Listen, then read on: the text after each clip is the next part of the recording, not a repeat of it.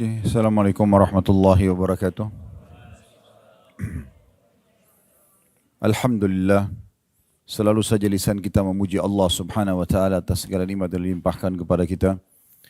Serta juga kita selalu mengenang apapun yang Allah berikan ini dan kita besarkan nikmat itu sehingga selalu saja kita bersyukur kepadanya.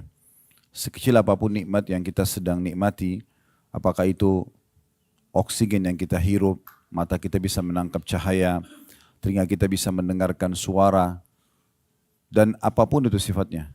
Bisa makan, menelan, mengunyah, bisa minum, istirahat, tidur, dan segala macam nikmat. Maka dianjurkan setiap muslim agar membesarkannya sehingga akhirnya punya nilai ekstra dalam dirinya dan akhirnya dia bersyukur kepada Allah subhanahu wa ta'ala. Tolong suaranya dibesarkan lagi. Dan Allah subhanahu wa ta'ala memerintahkan kita untuk menikmati dan berterima kasih saja. Di saat lapar, Allah menyuruh kita untuk makan. Dan kita punya keinginan serta panduan atau hidayah untuk makan. Dan tugas kita hanya memilih makanan yang kita suka, mau yang gurih, mau yang manis. Setelah itu kita menikmatinya dan dikuatkan dan disempurnakan dengan bersyukur saja. Tidak lebih daripada itu. Allah subhanahu wa ta'ala tidak membebankan kepada kita untuk mengelola makanan yang sudah kita telan misalnya. Begitu repotnya kalau seandainya kita mengunyah makanan, komposisi vitamin-vitamin dan apapun yang ada dalam makanan tersebut, dari potongan daging, dari nasi misalnya, butiran-butiran nasi, atau apa saja, buah-buahan, kita yang harus memilahnya sendiri. Di tubuh kita, mana yang terbagi sebagai protein untuk otot misalnya, mana yang untuk ini dan untuk itu sangat rumit. Tapi Allah subhanahu wa ta'ala memudahkan buat hambanya, kita hanya memilih, mengunyahnya dan menikmati. Setelah itu, lewat ukuran sepertiga jari kita di tenggorokan ini, maka kita sudah tidak punya campur tangan lagi di situ. Semuanya Allah jadikan tubuh kita ini seperti sebuah pabrik raksasa dengan sekian banyak lift-lift dan juga petugas sel-sel di tubuh kita yang menjalankan tugasnya tanpa kita urus sama sekali. Dan akhirnya berjalanlah roda kehidupan ini, kita diberikan kesehatan, kekuatan, dan seterusnya. Dan Allah subhanahu wa ta'ala menyuruh kita agar nikmat-nikmat tersebut disyukuri dengan kalimat Alhamdulillah. Oleh karena itu selalu besarkan nikmat Allah tersebut dan syukuri. Berapa banyak orang di luar sana yang belum bisa melihat matanya atau tidak bisa melihat, tidak bisa mendengar telinganya, tidak bisa terucap satu kata pun dari lisannya karena bisu misalnya. Dan banyak hal ujian-ujian datang kepada orang-orang yang mungkin tidak menimpa kita. Ini juga sebuah nikmat yang tidak terhingga. Terlebih lagi di saat ini kita selalu ingatkan bahwasanya Allah memilih kita menjadi hamba-hambanya yang dimudahkan untuk haji. Dan dalam haji ini begitu nikmat luar biasa, hotel yang bagus, makanan yang enak, bisa istirahat, bisa ibadah yang bagus mendapatkan 100.000 pahala. Dan ini semua apapun yang kita keluarkan dari energi, meluangkan waktu dari harta akan diganti oleh Allah subhanahu wa ta'ala dengan pahala yang besar, dengan rezeki yang luas. Maka nikmat apalagi dari Allah subhanahu wa ta'ala yang harus kita pungkiri. Yang Allah ulang-ulang selalu dalam surah Ar-Rahman, fabi'ai ala'i rabbikuma tukadziban. Maka nikmat Tuhanmu yang mana lagi yang kau akan pungkiri. Dan tidak mungkin seseorang itu bersyukur kepada Allah kecuali memang dia selalu membesarkan nikmat Allah yang ada pada dirinya walaupun itu kecil di mata dia. Selanjutnya kita panjatkan salam hormat kita kepada Nabi besar Muhammad sallallahu alaihi wa ala alihi wa sahbihi wasallam sebagaimana Allah telah memerintahkan kita untuk mengucapkan salam hormat tersebut. Seperti judul kita dan masih berlanjut tentang masalah sebab-sebab kebahagiaan. Kalau kemarin kita sempat membahas tentang sebab utama dan itu adalah inti serta pondasi daripada kebahagiaan setiap muslim, yaitu mentauhidkan Allah subhanahu wa ta'ala. Meyakini dalam hatinya dan selalu merenungi dan berfikir dengan akalnya serta akhirnya mengaplikasikan dengan anggota tubuhnya keimanan kepada Allah subhanahu wa ta'ala, yakin tidak ada pencipta, tidak ada pemilik, tidak ada pemberi rezeki, tidak ada yang menyelesaikan permasalahan, tidak ada yang bisa memberikan kebahagiaan kecuali Allah. Dia yakini dalam hatinya, direnungi dengan fikirannya, lalu dia aplikasikan dengan anggota tubuhnya. Dia selalu melakukan ketaatan-ketaatan dengan anggota tubuh ini sebagai bentuk syukur kepada Allah. Maka ini yang menjadi inti daripada masalah tauhid tersebut. Jangan pernah teman-teman sekalian menjauhkan diri dari Allah sehingga Allah pun menjauh dari kita. Berapa banyak orang yang sedang melimpah nikmat pada dirinya sehingga akhirnya dia justru jauh dari Allah. Justru jadi malas ibadah. Padahal sebenarnya Allah berikan kesehatan tubuh, ya seperti kita fasilitas sekarang ibadah, hotel yang bagus, makanan dan segala macam. Tapi malah membuat dia lalai dari zikrullah, ya, dari istighfar, dari zikir, dari doa. Padahal ini hari-hari mulia di mana dia harus memperbanyak takbir, tahlil, doa, ya, sujud, ruku kepada Allah Subhanahu wa taala. Tapi banyak di antara orang subhanallah lewat dari dia sholat malam, lewat dari dia zikir pagi petang, lewat dari dia waktu-waktu mustajab doa misalnya antara azan dan iqamah. Banyak lewat dari dia kesempatan sedekah, kesempatan baca Quran. Semua ini disayangkan sekali padahal sebenarnya salah satu bentuk syukur juga kepada Allah SWT adalah kita memaksimalkan fasilitas yang Allah berikan ini justru untuk ketaatan kepadanya. Sebelum datang waktu di mana kita tidak mungkin lagi untuk melakukan ketaatan.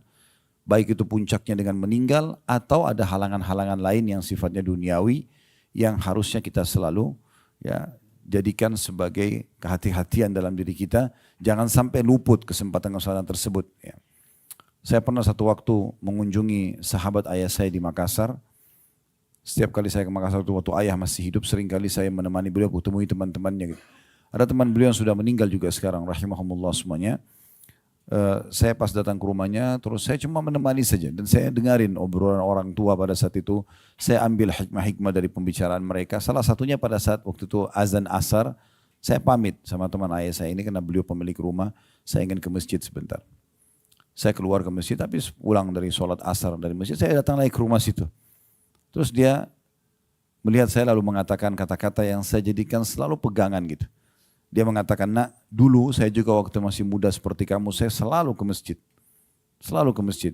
Cuma sekarang keadaan saya begini, Allah lagi uji dengan penyakit, kebetulan beliau diketeter, diranjang gak bisa bergerak.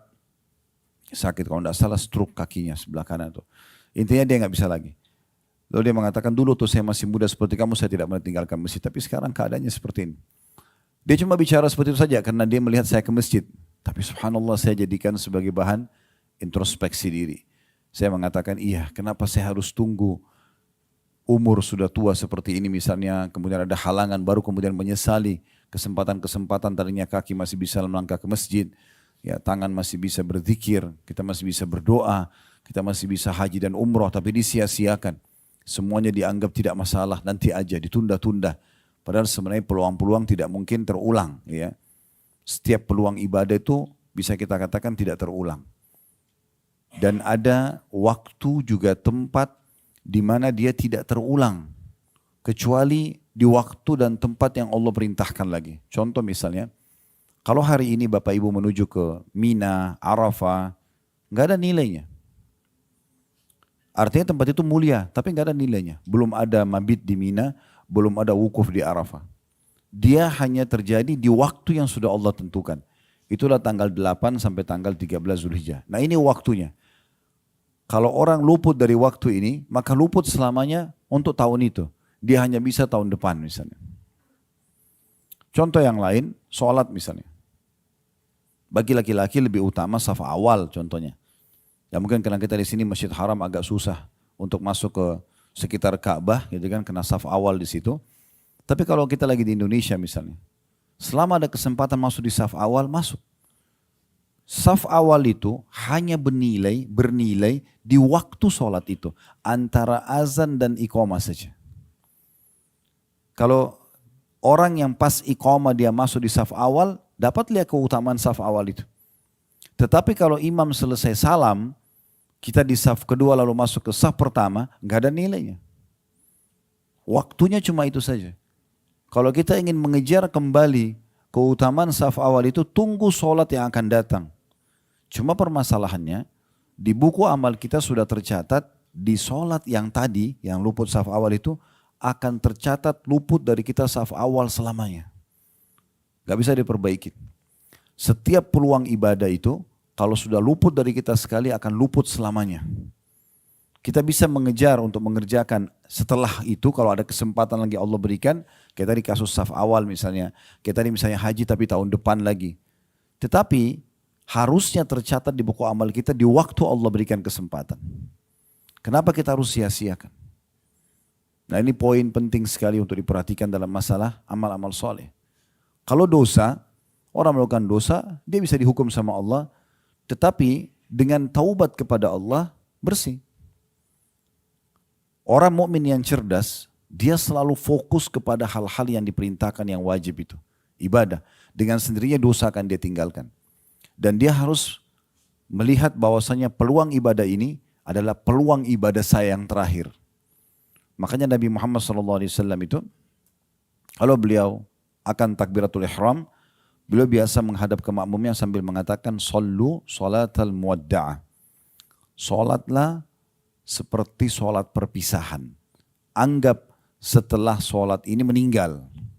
Sehingga selalu kita jadikan sebagai hal yang terbaik yang kita bisa lakukan pada saat itu. Bayangkan teman-teman sekalian kalau seandainya kita ditangkap oleh musuh dan akan dihukum mati pada saat itu. Lalu dikasih kesempatan untuk sholat 2 rakaat. Kira-kira seperti apa kita sholatnya? Misal contoh.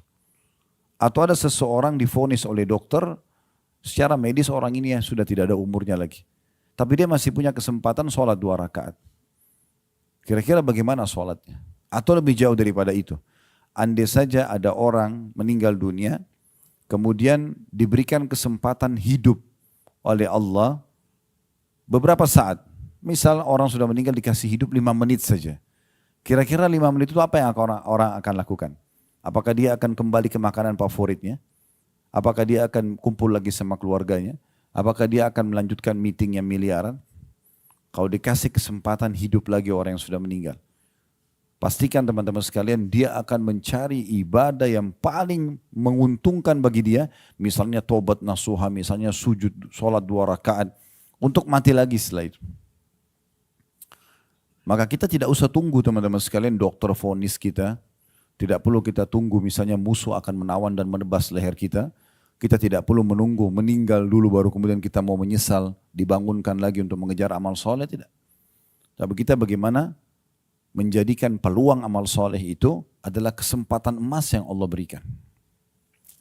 Saya selalu termotivasi dengan hadis Nabi alaihi salatu wassalam tentang 3 orang yang datang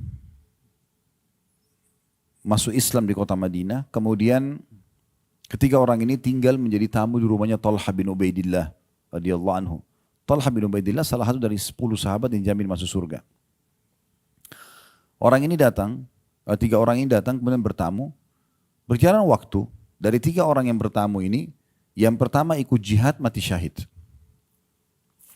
Berjalan waktu lagi, dikumandangkan lagi jihad, orang yang kedua ikut berperang mati syahid lagi. Berjalan waktu lagi, orang yang ketiga meninggal dunia tapi tidak mati syahid. Cuma dia lebih telat matinya. Berjarak. Yang pertama mati syahid, beberapa hari kemudian meninggal lagi yang kedua mati syahid. Berjalan lagi waktu, orang yang ketiga meninggal tapi mati di atas ranjangnya saja. Talha bin Ubaidillah radhiyallahu anhu mimpi, Allah mimpikan melihat ketiga orang ini. Dia lihat di surga, diperlihatkan di surga ketiga orang ini, yang orang pertama meninggal di bagian belakang, yang kedua meninggal di depannya, yang terakhir meninggal paling depan yang tidak mati syahid. Artinya paling bagus derajatnya, paling besar pahalanya, padahal dia tidak mati syahid. Maka Talha bin Ubaidillah bertanya kepada Nabi SAW, ya Rasulullah, ketiga orang yang datang masuk Islam, datang ke rumah saya itu, yang mereka yang duanya mati syahid, yang satunya mati di atas ranjang. Saya mimpi mereka di surga. Tapi yang membuat saya heran kenapa orang yang bukan mati syahid itu justru yang paling depan. Yang paling bagus fasilitasnya. Maka Nabi SAW menjawab mengatakan, wahai Talha, kenapa kau heran? Mana perhitunganmu dari solat-solat dia yang sempat dia kerjakan, yang tidak sempat atau tidak bisa dikerjakan oleh orang yang mati terlebih dahulu daripada dia. Walaupun selisih cuma berapa hari. Itu sudah cukup membedakan derajat mereka di surga. Dalam riwayat yang lain, Ada dua orang bersahabat di masa Nabi SAW, yang satu mati syahid, seminggu kemudian sahabatnya mati tapi bukan mati syahid, mirip dengan kisah tadi. Lalu pada saat Nabi SAW mensolati jenazah yang kedua yang mati biasa, Nabi SAW sengaja tanya para sahabat. Kata beliau, kira-kira menurut kalian bagaimana perbedaan derajat antara orang ini sama sahabatnya meninggal pekan lalu? Spontan semua sahabat mengatakan, ya Rasulullah, semoga orang ini bisa menyusul derajat temannya meninggal minggu lalu, pekan lalu. Karena yang meninggal pekan lalu mati syahid. Di pikiran para sahabat, ini pasti lebih rendah derajatnya. Pasti mudah-mudahan dengan persahabatannya ini malah mencapai bisa diangkat ke derajatnya orang yang meninggal pekan lalu. Kata Nabi SAW, perhatikan, demi zat yang jiwaku dalam genggaman yang muslim demi Allah, sungguh derajatnya jenazah yang sedang kita sholati yang tidak mati syahid ini, dibandingkan dengan temannya yang mati syahid pekan lalu, itu antara langit dan bumi. Lebih tinggi orang ini. Karena dia sempat ibadah kepada Allah selama sepekan saja. Sempat dapat Jumat sekali, sempat sholat 5 waktu setiap harinya, sempat sedekah beberapa dirham dan dinar pada saat itu ya. Itu sudah cukup teman-teman sekalian untuk melebihkan derajat dia dibandingkan orang yang meninggal terlebih dahulu walaupun mati syahid. Apa maksudnya? Maksudnya adalah bagaimana setiap orang di antara kita jangan sia-siakan peluang amal soleh yang Allah berikan. Bahkan saya selalu jadikan pegangan hidup saya dan saya juga berharap teman-teman seperti itu. Setiap ada peluang amal soleh, jadikan itu adalah peluang terakhir kita. Anggap setelah kita kerjakan meninggal. Sehingga kalau ada orang lagi minta bantuan, kita tidak akan menundanya karena kita anggap setelah ini mungkin saya meninggal. Ada kesempatan sholat malam, lakukan. Kesempatan haji dan umrah, baca Quran, zikir pagi petang, bakti sama orang tua, jenguk orang sakit. Apa saja, bantu orang lain. Jadikan itu peluang terakhir. Berapa banyak orang setelah mengerjakan itu sehingga akhirnya meninggal dunia. Dan memang menjadi husnul khatimah. Karena meninggal dalam keadaan ditutup hidupnya dengan kebaikan. Berapa banyak justru orang yang tidak pernah menyia-nyiakan kesempatan dosa dan tidak mau juga taubat kepada Allah, akhirnya ditutup dengan su'ul khatimah. Jadi tema kita pagi ini Bapak Ibu sekalian, ini semua tadi kronologis pembukaan.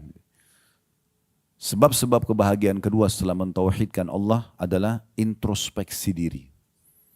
Muhasabah.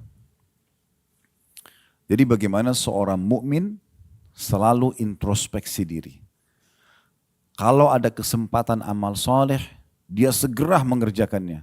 Tidak ada yang menghalangi dia untuk mengerjakan amal soleh, baik wajib ataupun sunnah dari urusan dunia.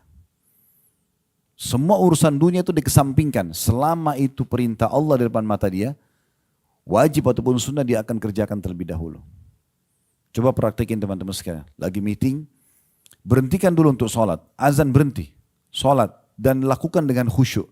Pastikan meeting Anda akan sukses nanti. Tapi kalau tunda aja nanti, nggak apa-apa lah, nanti aja sholat nomor sekian. Pasti akan macet itu, kan susah. Coba dengan tenang berikan hak sholat itu. Nabi SAW kalau mau berperang, ada hajat apapun, ke sholat. Mohon dulu kepada Allah Subhanahu Wa Taala. Jadi kalau ada peluang amal soleh jangan sia-siakan. Selanjutnya, kalau sudah mengerjakan amal soleh, maka dia selalu menjaga agar tetap dengan kualitas yang sama. Contoh misalnya, kita haji seperti ini. Karena kita lagi haji, saya kasih contoh. Anggap setelah haji ini insya Allah Allah terima. Setelah itu 10 tahun berjalan, kita nggak pernah cerita apa-apa sama orang. Kita berusaha menjaga keikhlasan. Mungkin saat tawaf kita sempat menangis, mungkin pada saat sujud kita sempat menangis, mungkin ada kenikmatan itu, mungkin di Arafah nanti berdoa kita merasakan kenikmatannya. Kita jaga. Menjaga kualitas ibadah itu setelah dikerjakan penting sekali. Kenapa? Karena masih bisa dihapus pahalanya. Riya itu bukan hanya terjadi pada saat ibadah sedang dikerjakan, bisa terjadi setelah dikerjakan. Sekarang kita sedekah ini ikhlas.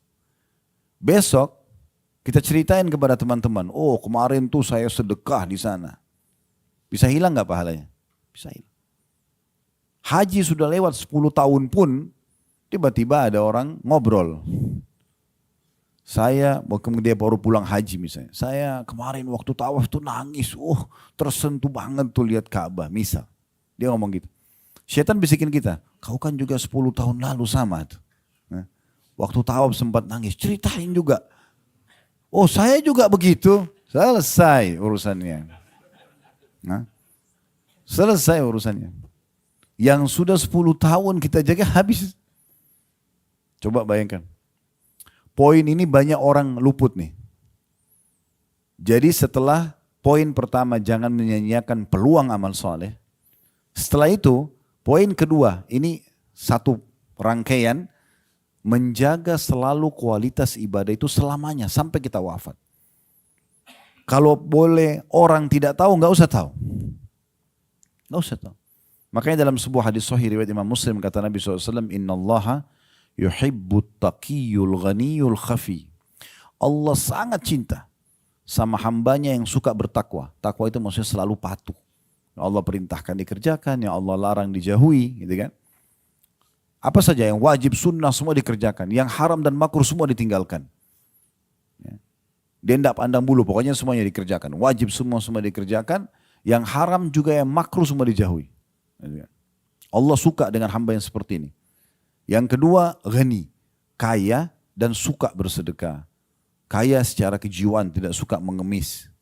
Dan yang ketiga, khafi. Khafi itu suka merahasiakan ibadah. Dia rahasiakan terus. Selama orang tidak tanya, gak usah diceritain. Perbedaan dasar antara riya dengan tidak riya adalah ditanya atau tidak ditanya. Kalau ada orang tidak ditanya ceritain ibadahnya, ini jelas riya ini. Arahnya lebih ke situ. Sekarang hari Kamis misalnya, pas lagi puasa. Tanya teman-temannya di kantor, kamu puasa? Puasa. Saya puasa. Gak ada yang nanya. Kamu kemarin haji nggak? Oh saya haji. Orang belum tanya. Beda kalau kita sedang ditanya, bapak misalnya contoh lagi mau menuju ke masjid. Dari rumah keluar menuju ke masjid. Ada tetangga tanya, Assalamualaikum Pak mau kemana? Jangan bilang, oh saya kalau jawab nanti riya nih. Gak mungkin. Orang nanya. Kalau ditanya, oh ke masjid insya Allah. Oh ya Pak kalau mau ikut ke masjid sama-sama. Gak ada hubungannya sama riya. Contoh misalnya. Nah ini poin kedua penting sekali, menjaga kualitas ibadah itu. Jadi bukan hanya pada saat dikerjakan, pada saat sesudah dikerjakan pun selalu jaga.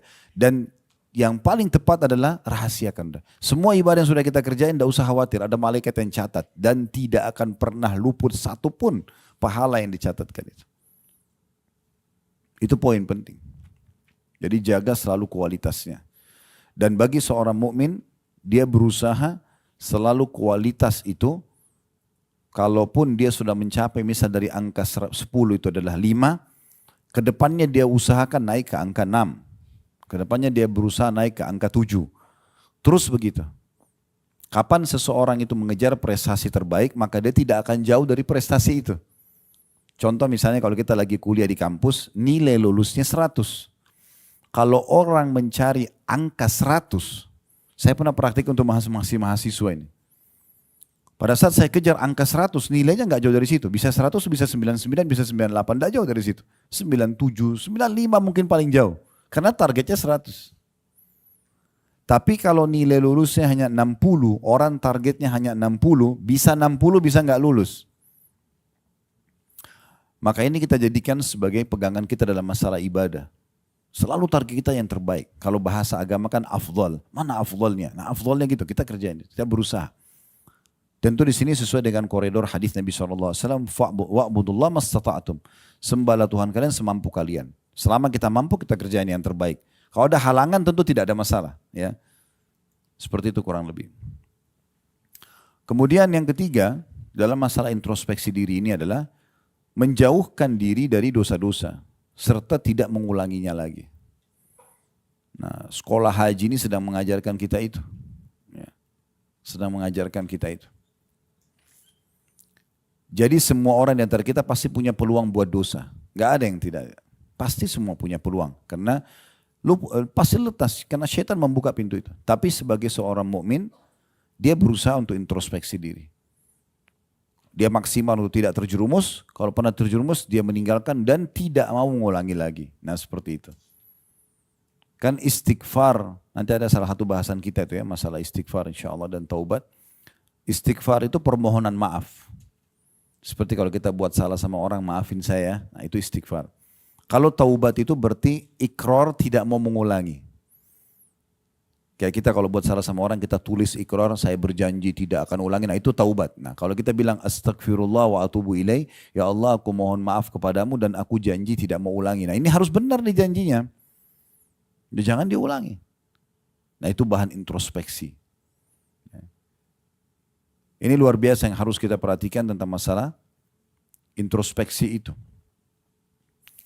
Allah subhanahu wa ta'ala menyebutkan dalam surah Al-Hasyr ayat 18 sampai ayat 19.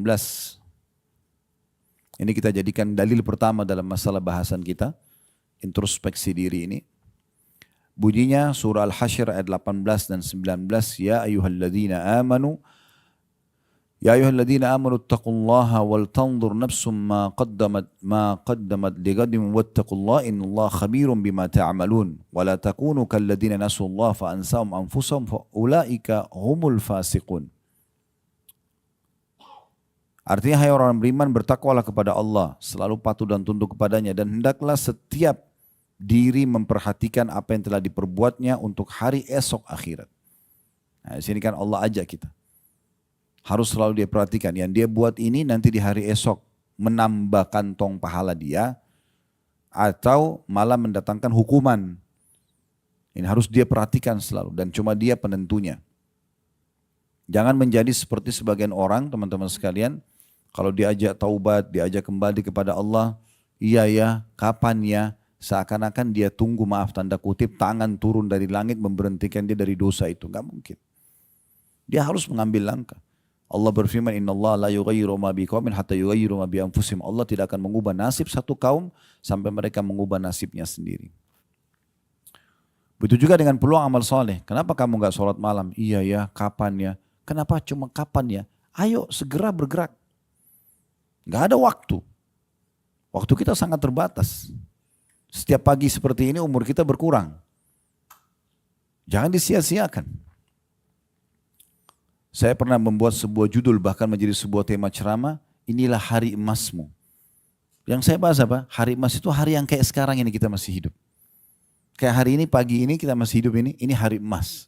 Kenapa? Dengan hari ini, kita kan tidak tahu mungkin 1 detik ke depan, 1 hari ke depan, 2 hari kita sudah meninggal dunia. Di saat hari kita memulai hari pagi seperti ini hari emas yang luar biasa. Karena kalau kita pernah berbuat amal soleh di masa lalu, maka ini kesempatan untuk menambah dia secara kualitas dan kuantitas. Kalau di masa lalu kita berbuat dosa, saat ini kesempatan bertaubat. Masih ada kesempatan sehingga tidak dihisap oleh Allah nanti.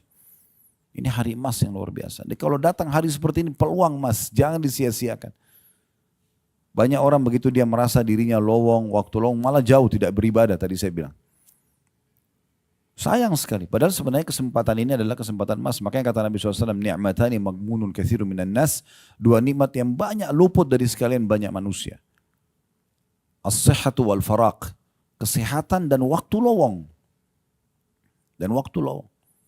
Seorang salafus saleh pernah melewati anak-anak muda lagi duduk di pinggir jalan, ngobrol, omong kosong. Ya, enggak jelas arahnya.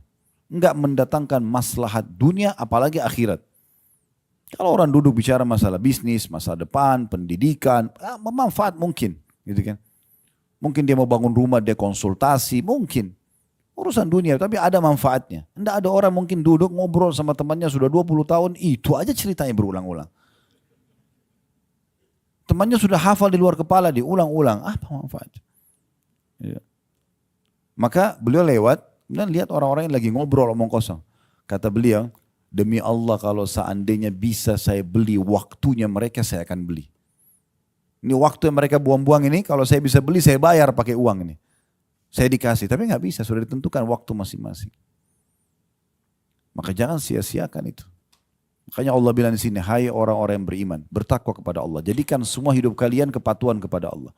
Apa yang diperintahkan tadi wajib atau sunnah, sibuk dengan itu. Apa yang dilarang haram dan makruh pun tinggalkan. Dan harusnya Allah mengatakan setiap jiwa, setiap diri memperhatikan apa yang telah diperbuatnya untuk hari esok. apa yang dia persiapkan untuk hari pulangnya. Karena semua kita akan meninggal dunia. Sesehat apapun badan kita, semuda apapun usia kita, ya, tetap saatnya kalau meninggal akan mati. Kata Nabi SAW, bila Allah ingin mencabut nyawa seorang hamba, ya, di satu lokasi Allah akan buat dia punya hajat di situ dan meninggal di situ. Berhubungan dengan urusan dia penting sekali, dia harus kesana, dia tidak tahu ternyata tempat sana itu ajalnya datang. Dia akan meninggal dunia, pasti. Berapa banyak orang yang sehat meninggal lebih daripada orang yang sakit. Berapa banyak orang yang muda meninggal lebih daripada orang yang tua. Berapa banyak orang kaya meninggal lebih daripada orang yang miskin. Banyak sekali. Kalau kita mengkhayal teman-teman sekalian nanti masuk ruangan ICU baru meninggal, ini keliru ini. Ya. Sekarang saya tanya, mana lebih banyak? Pasien yang ada di rumah sakit dengan seluruh staf yang ada di rumah sakit itu dengan jumlah orang yang dulu lalang depan rumah sakit. Mana yang lebih banyak? Hah? Mana suaranya nih? Dua lalang. Artinya yang meninggal sehat lebih banyak daripada yang meninggal orang sakit. Kenapa harus meng-hire ruangan ICU? Jadi orang yang cerdas itu harus jadikan bahan introspeksi diri. Kita bisa meninggal setiap saat.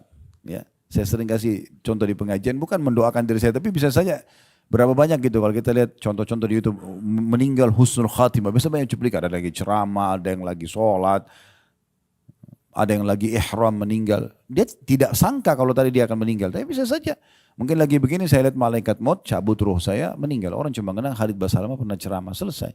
Itu cuma dikenang sehari, 2 hari, seminggu, habis itu selesai. Udah, kita akan pulang kepada Allah dan membawa apa yang sudah kita perbuat. Dari amal baik yang kita akan gembira melihatnya, atau amal buruk kita akan dihukum kalau tidak sempat taubat. Dan semua orang akan begitu. Semua orang, biar makanannya makanan yang paling sehat, setiap hari olahraga, udaranya paling segar, tetap aja sama. Kalau ajal datang meninggal. Maka harus hati-hati. Harus hati-hati nih. Makanya Allah bilang harus setiap jiwa itu muhasabah, introspeksi diri. Melihat apa yang akan dia persiapkan untuk hari nanti pulang.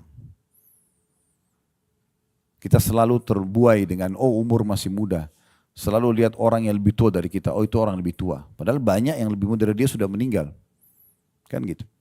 Kemarin kami salah satu staf di kantor, 37 tahun kalau tidak salah. Meninggal. Lagi gendong bayinya. Anak istrinya baru melahirkan, tiba-tiba daerah sakit kepalanya jatuh di rumah sakit. Masuk rumah sakit ternyata divonis dokter sudah kanker otak stadium 4. Operasi gagal, meninggal. Istrinya cuma bilang begitu cepat kayak kami tidak sadar gitu. Masih muda. Subhanallah kalau ajal datang. Teman-teman dari kantor yang datang pergi lihat ke sana ke rumah sakit semua jadi diam. Kata salah satunya cerita sama saya, kami jadi diam semua introspeksi diri. Karena ada teman-teman di kantor yang jauh lebih tua dari dia. Tapi subhanallah, ajal datang. Ada paman kami di Makassar, profesor meninggal umur 46 tahun, belum sampai 50. Di rumah beliau, ada tante beliau, nenek kami, itu umurnya sudah 80 tahun, belum meninggal, subhanallah. Beda setengah umurnya. Ya begitu kalau datang. Jadi jangan selalu mengkhayal, oh nanti aja tunda-tunda, saya masih muda, selalu patokannya orang yang lebih muda, enggak. Lalu Allah mengatakan, dan selalulah bertakwa kepada Allah. Sesungguhnya Allah maha mengetahui apa yang kamu kerjakan. Baik atau buruk, Allah selalu lihat.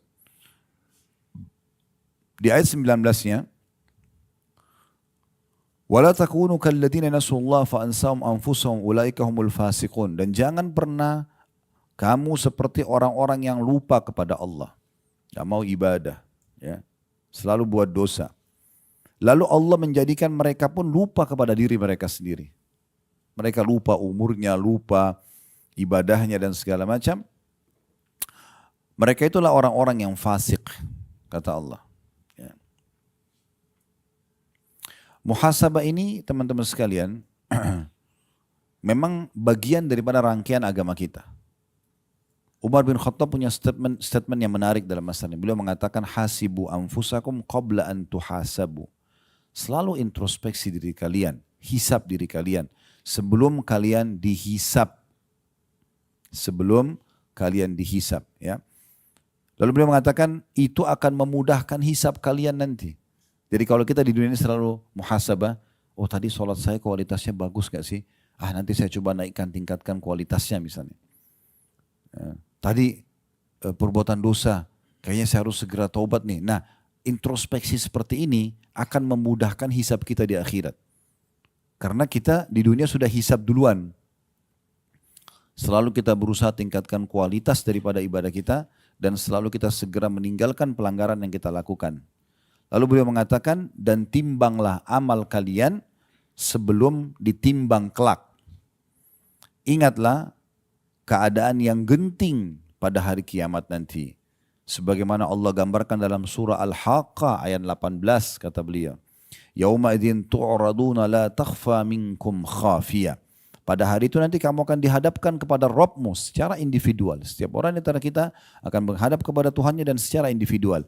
Tiada sesuatu pun dari keadaanmu yang tersembunyi bagi Allah. Ini dinukil dari kitab Zuhudnya Ibnu Mubarak rahimahullah, seorang ulama tabi'in di halaman 306. Fudail bin Iyad rahimahullah, seorang ulama tabi'in berkata, mukmin itu rajin menghisap dirinya. Introspeksi diri. Kalau dia berbuat amal soleh, tadi sudah maksimal nggak sih kualitasnya, gitu kan? Kuantitasnya kalau memang ada tambahan kuantitasnya, jumlahnya. Kalau belum, dia maksimalkan. Kalau sudah bagus, dia pertahankan. Dan orang mukmin itu tidak pernah puas dengan ibadah yang dia kerjakan ya. Tidak pernah puas. Kayak misalnya kita sholat malam nih, sudah kita kerjakan 11 rakaat. Dia coba berusaha selalu untuk menambah kualitasnya. Kalau tadinya kita sholat setiap rakaat cuma baca 2-3 ayat, satu surah pendek di juz 30, enggak, sekarang saya coba tambah. Kalau perlu kita coba mengejar sunnah Nabi SAW, itu dianjurkan untuk membaca setiap malamnya 100 ayat Al-Quran. Bahkan sampai 1000 ayat Al-Quran di sholat malam. Kalau kita ambil misalnya ada penyebutan hadis Nabi SAW tentang keutamaan orang yang baca 10 ayat satu malam, ya dia akan dikasih satu kintor itu kayak lebih baik daripada dan seluruh isinya. Kalau 100 ayat itu akan dapat pahala yang besar, kalau 1000 ayat maka sudah tidak terhingga lagi pahala yang akan didapatkan. Kalau kita ambil misalnya 100 ayat berarti satu rakaatnya 10 ayat. Tapi kan Ustadz hafalan saya terbatas, sudah keluar fatwa ulama membolehkan kita untuk memegang mushaf kalau sholat sunnah ya. Jadi kita bisa sambil pegang aplikasi Al-Quran di handphone sambil sholat malam. Daripada terulang-ulang inna atayna wal asr terus. Ya. Kenapa enggak mulai dari Al-Baqarah misalnya. Ya kan? Al-Baqarah 10 ayat rakaat pertama. Ruku lipat Allahu Akbar. Rakaat kedua berdiri lanjut lagi dari ayat 11 sampai ayat 20. Satu malam 100 ayat. Al-Quran 6000 ayat sekian. Dengan cara seperti ini bisa mengkhatam Al-Quran. Misal contoh, sholat duha juga bisa. Kan gitu. Ini contohnya. Fudail bin Iyad rahimahullah mengatakan mukmin itu selalu rajin menghisab dirinya dan ia mengetahui bahwa ia berada di hadapan Allah kelak. Dia akan nanti dihadapkan kepada Allah Subhanahu wa taala.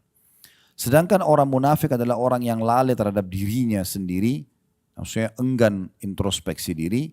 Semoga Allah merahmati seorang hamba yang terus mengoreksi dirinya sebelum datang malaikat maut untuk menjemputnya. Cukup banyak sekali ya para ulama salaf yang coba introspeksi diri gitu. Di antaranya ada statement menarik dari Muhammad bin Wasi' rahimahullah. Beliau mengatakan, "Lau kana lidzunubi rihun ma qadara ahadun an yajlisa ilayya." Padahal ini ulama besar ya. Beliau mengatakan kalau seandainya dosa itu memiliki bau, mungkin tidak akan ada seorang pun yang bisa duduk bersamaku. Supaya dia introspeksi diri. Sebagian mereka, teman-teman sekalian, kalau lagi jalan, kakinya kesentuh batu misalnya. Maka sudah cukup mereka beristighfar kepada Allah. Mereka yakin itu peringatan dari Allah. Di antara mereka ada yang kalau lewat, di dekat tong sampah, kecium bau busuk, mereka sudah cukup beristighfar untuk itu. Mereka anggap tidak mungkin Allah ciumkan bau busuk ini kecuali sebagai peringatan. Selalu begitu, peka sekali. Kita kadang-kadang subhanallah lihat orang meninggal di dekat kita, jenazah diantar, enggak tersentuh karena hati sudah sangat keras. Ya. Maka introspeksi diri ini manfaatnya besar sekali, akan membuat kita tidak bangga dengan amal soleh yang kita kerjakan. Kita juga takut terhadap dosa yang sudah kita kerjakan, sehingga kita selalu istighfar. Dan tidak ada lagi dengan orang yang sering muhasabah, tidak ada lagi orang menganggap remeh orang lain. Karena dia sibuk dengan dirinya sendiri. Dia sibuk muhasabah dengan dirinya. Nah ini manfaat daripada masalah itu. Jadi harus hati-hati sekali dalam masalah-masalah seperti ini. Setiap muslim sudah semestinya senantiasa introspeksi diri dan selalu menyibukkan diri dengan hal-hal yang positif. Minimal sekali, kalau memang dia meluangkan waktunya selain pada ibadah kepada Allah, dia berbuat hal yang mubah. Minimal. Kalau sudah makruh, apalagi haram enggak? Udah yang lalu-lalu cukuplah. Tapi ke depannya kalau sudah dengar pengajian seperti ini enggak boleh lagi. Mahal sekali waktu kita, sayang gitu. Jadi bagaimana dia sibuk? Karena orang yang sibukkan diri dengan amal soleh teman-teman, maka dia akan jauh dari dosa. Kita enggak perlu lowongkan waktu khusus untuk tinggalkan dosa, enggak. Sibukkan diri dengan ibadah, maka kita dengan tinggalkan dosa itu. Dengan sendirinya gitu. Ada statement yang menarik yang disampaikan oleh Syekh Abu Bakar Jazair rahimahullah. Beliau mengatakan seorang muslim beramal dalam kehidupan dunia ini siang dan malam. Semuanya untuk meraih kehidupan akhirat dan kebahagiaannya. Jadi nggak ada waktu bagi seorang muslim, kata beliau, di dunia ini berbuat selain urusan akhirat. Kalau minimal ada yang dia ingin lakukan, maka harus pastikan itu mubah dalam Islam. Artinya tidak berdosa dia. Misal dia duduk ngobrol sama teman-temannya beberapa saat, gitu kan? Nggak ada masalah, mubah. Bahkan seorang muslim bisa mengemas sesuatu yang mubah menjadi sunnah sehingga dia raih pahala. Contoh, makan, minum, tidur, ya, mandi, kan mubah semua itu.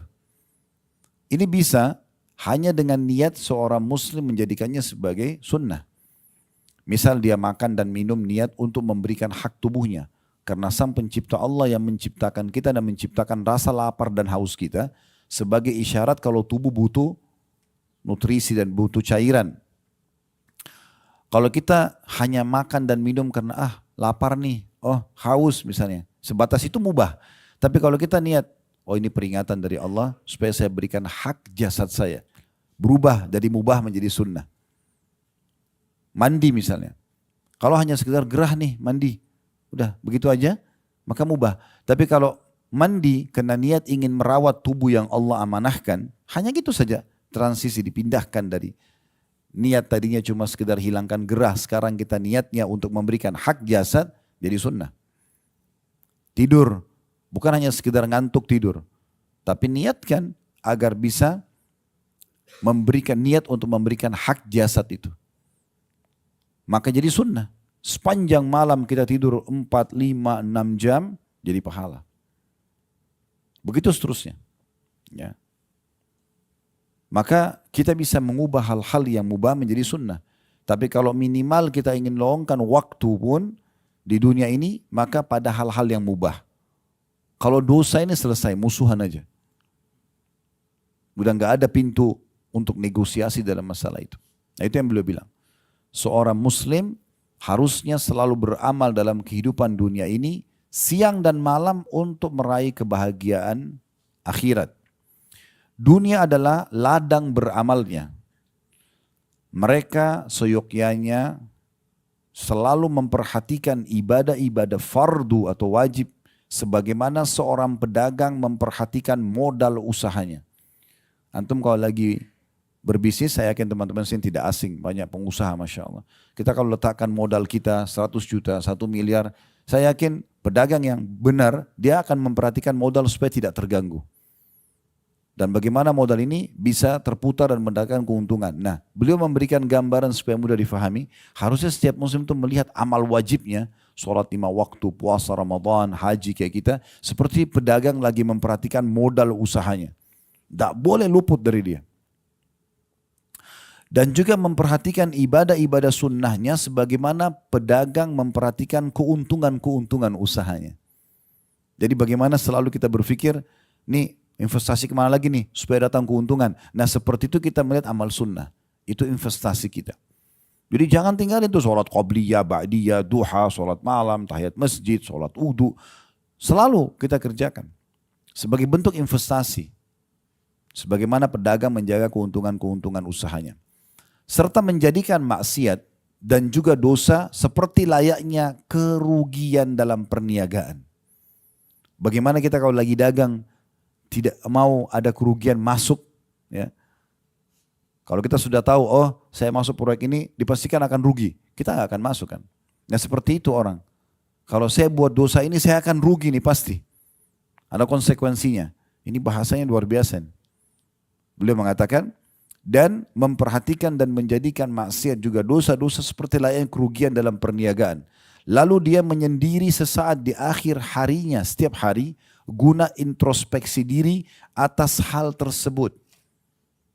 Semuanya tadi. Amal fardu tadi saya sudah sempurna belum ya? Tadi saya sholat di masjid enggak ya? Tadi saya udah khusyuk enggak ya? Tadi masbuk enggak? Tadi ini enggak? Introspeksi terus. Supaya selalu berpikir untuk meningkatkan kualitasnya. Gitu kan? Kalau dia buat kekurangan, dia sempurnakan. Dia buat kesalahan, dia mohon ampun. Nah gitu. Apabila terdapat pengurangan pada ibadah fardunya, maka dia segera membenahi dan menutupi kekurangannya. Bila ibadah yang bisa diqadha, maka ia segera mengqadhanya.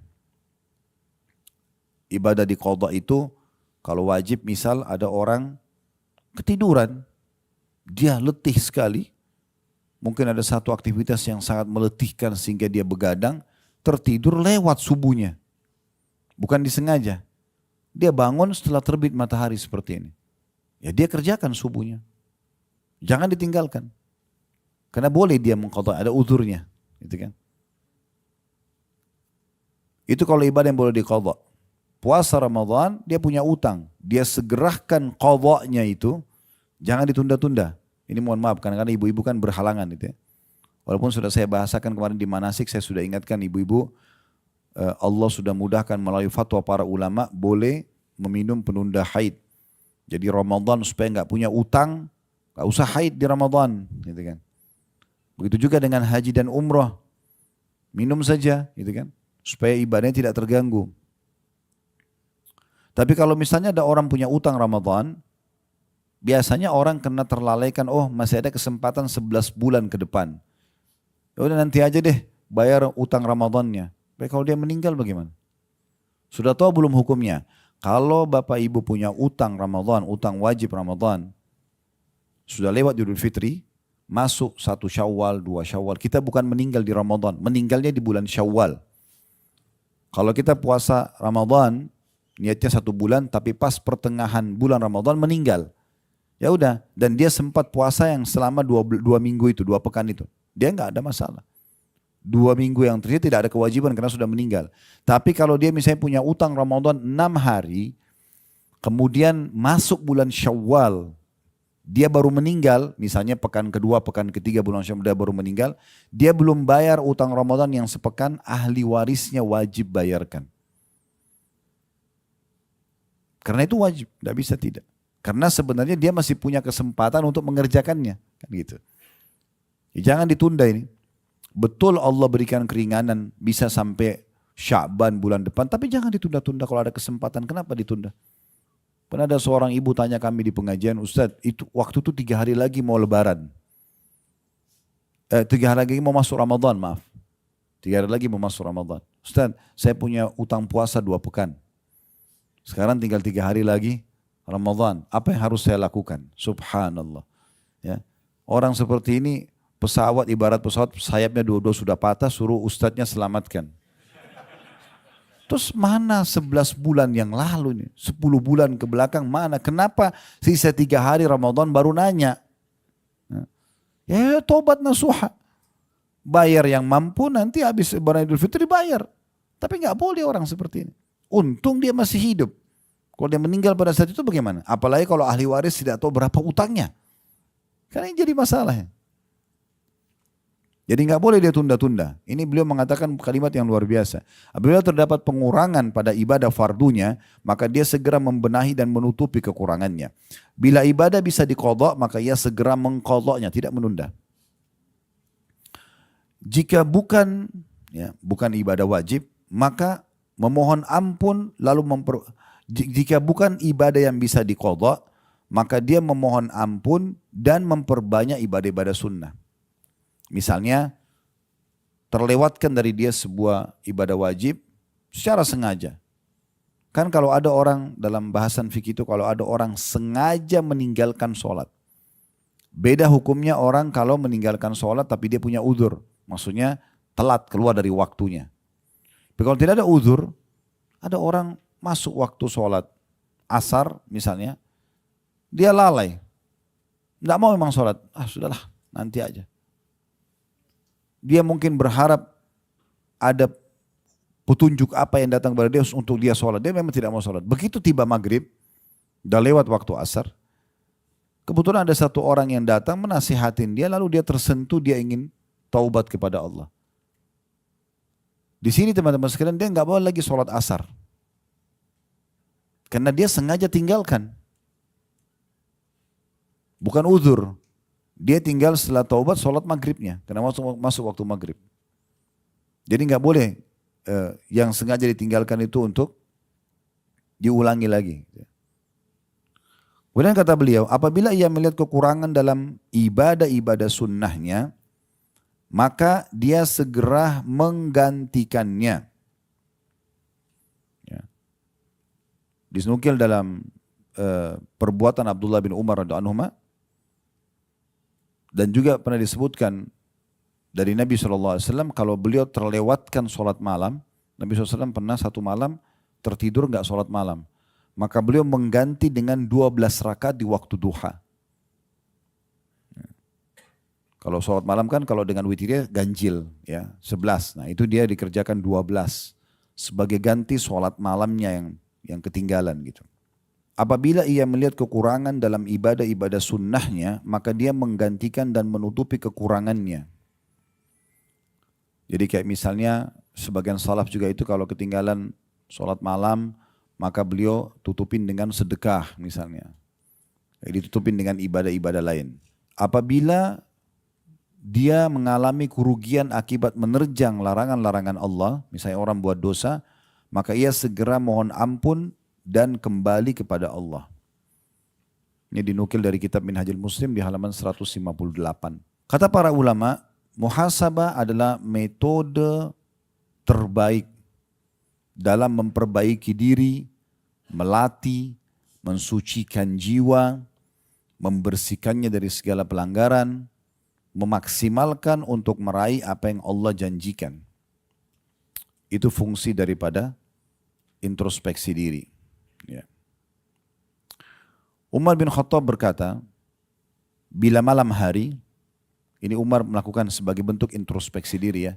Kalau tiba malam hari, beliau punya tongkat, biasa beliau pakai jalan gitu ya. Beliau angkat telapak kakinya sendiri lalu beliau pukul sendiri.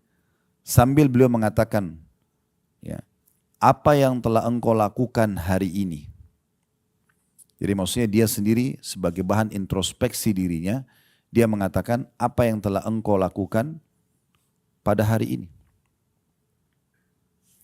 Dari riwayat lain, beliau kalau tidur, Umar bin Khattab kalau tidur, beliau letakkan bejana air di sebelah ranjangnya. Sambil tidur, telapak tangannya berada di atas bejana itu. Kalau tangannya kesentuh bejana lalu dia bangun, udah dia bangun, tidak tidur lagi sampai subuh sholat.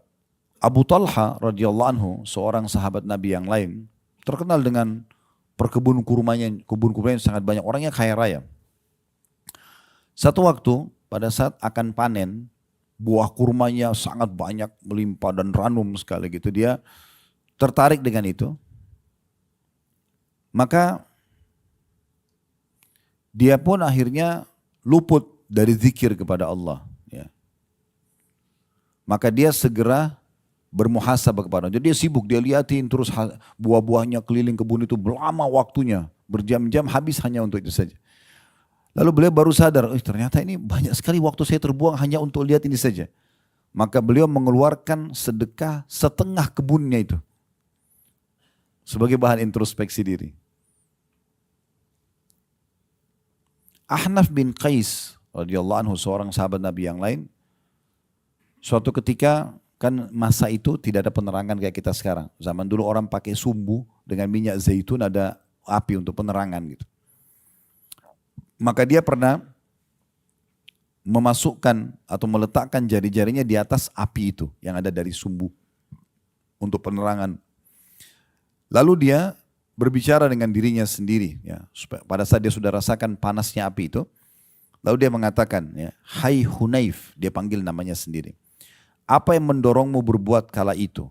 Apa yang mendorongmu berbuat kala itu? Terus saja beliau mengucapkan itu, sampai akhirnya dia merenungi kesalahan dia dan dia berjanji tidak akan mengulanginya. Pernah ada seorang salaf melihat ke arah seorang wanita yang tersingkap auratnya, lalu ia pun memukul dirinya sendiri. Memukul ke arah matanya sambil mengatakan, sungguh engkau sangat memperhatikan hal-hal yang bisa mencelakakan dirimu.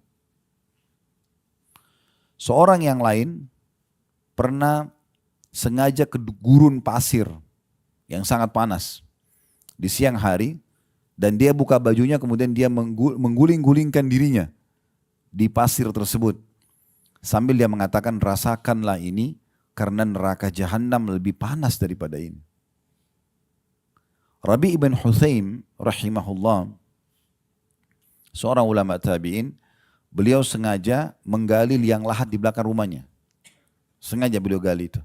Setiap hari masuk ke situ. Dan gara-gara ini ibadah semua banyak yang tidak ditinggalkan oleh beliau. Dia masuk ke liang lahat itu, duduk sejenak, dia baring sambil dia membaca firman Allah Subhanahu wa taala, qala rabbirji'un. Wahai Tuhanku, kembalikanlah aku. Kalau orang kafir nanti meninggal, dalam surah Al-Mu'minun, nanti kita akan baca ayat-ayat ini ya, insyaallah sebentar sebagai bahan muhasabah kita. Orang kafir akan mengatakan qala rabbirji'un. Di ayat 99 surah nomor 23. Ayat 99 berbunyi, hatta idza jaa ahadahumul mautu qala rabbirji'un. Demikianlah keadaan orang-orang kafir itu, kata Allah, hingga apabila, maksudnya mereka terus lalai dari beriman kepada Allah, kufur kepada Allah, hingga apabila datang kematian kepada seseorang dari mereka, mereka akan mengatakan, ya Tuhanku, kembalikanlah aku ke dunia. Semua orang kafir akan mengucapkan ini, dan semua orang yang terus lalai dengan ibadah, kemudian mereka juga terus dalam dosa tidak taubat, akan sama kasusnya. Pas malaikat mau datang mau cabut ruhnya, dia akan mengatakan, qala rabbirji'un, wahai Tuhanku, kembalikanlah aku ke dunia. Untuk apa kira-kira?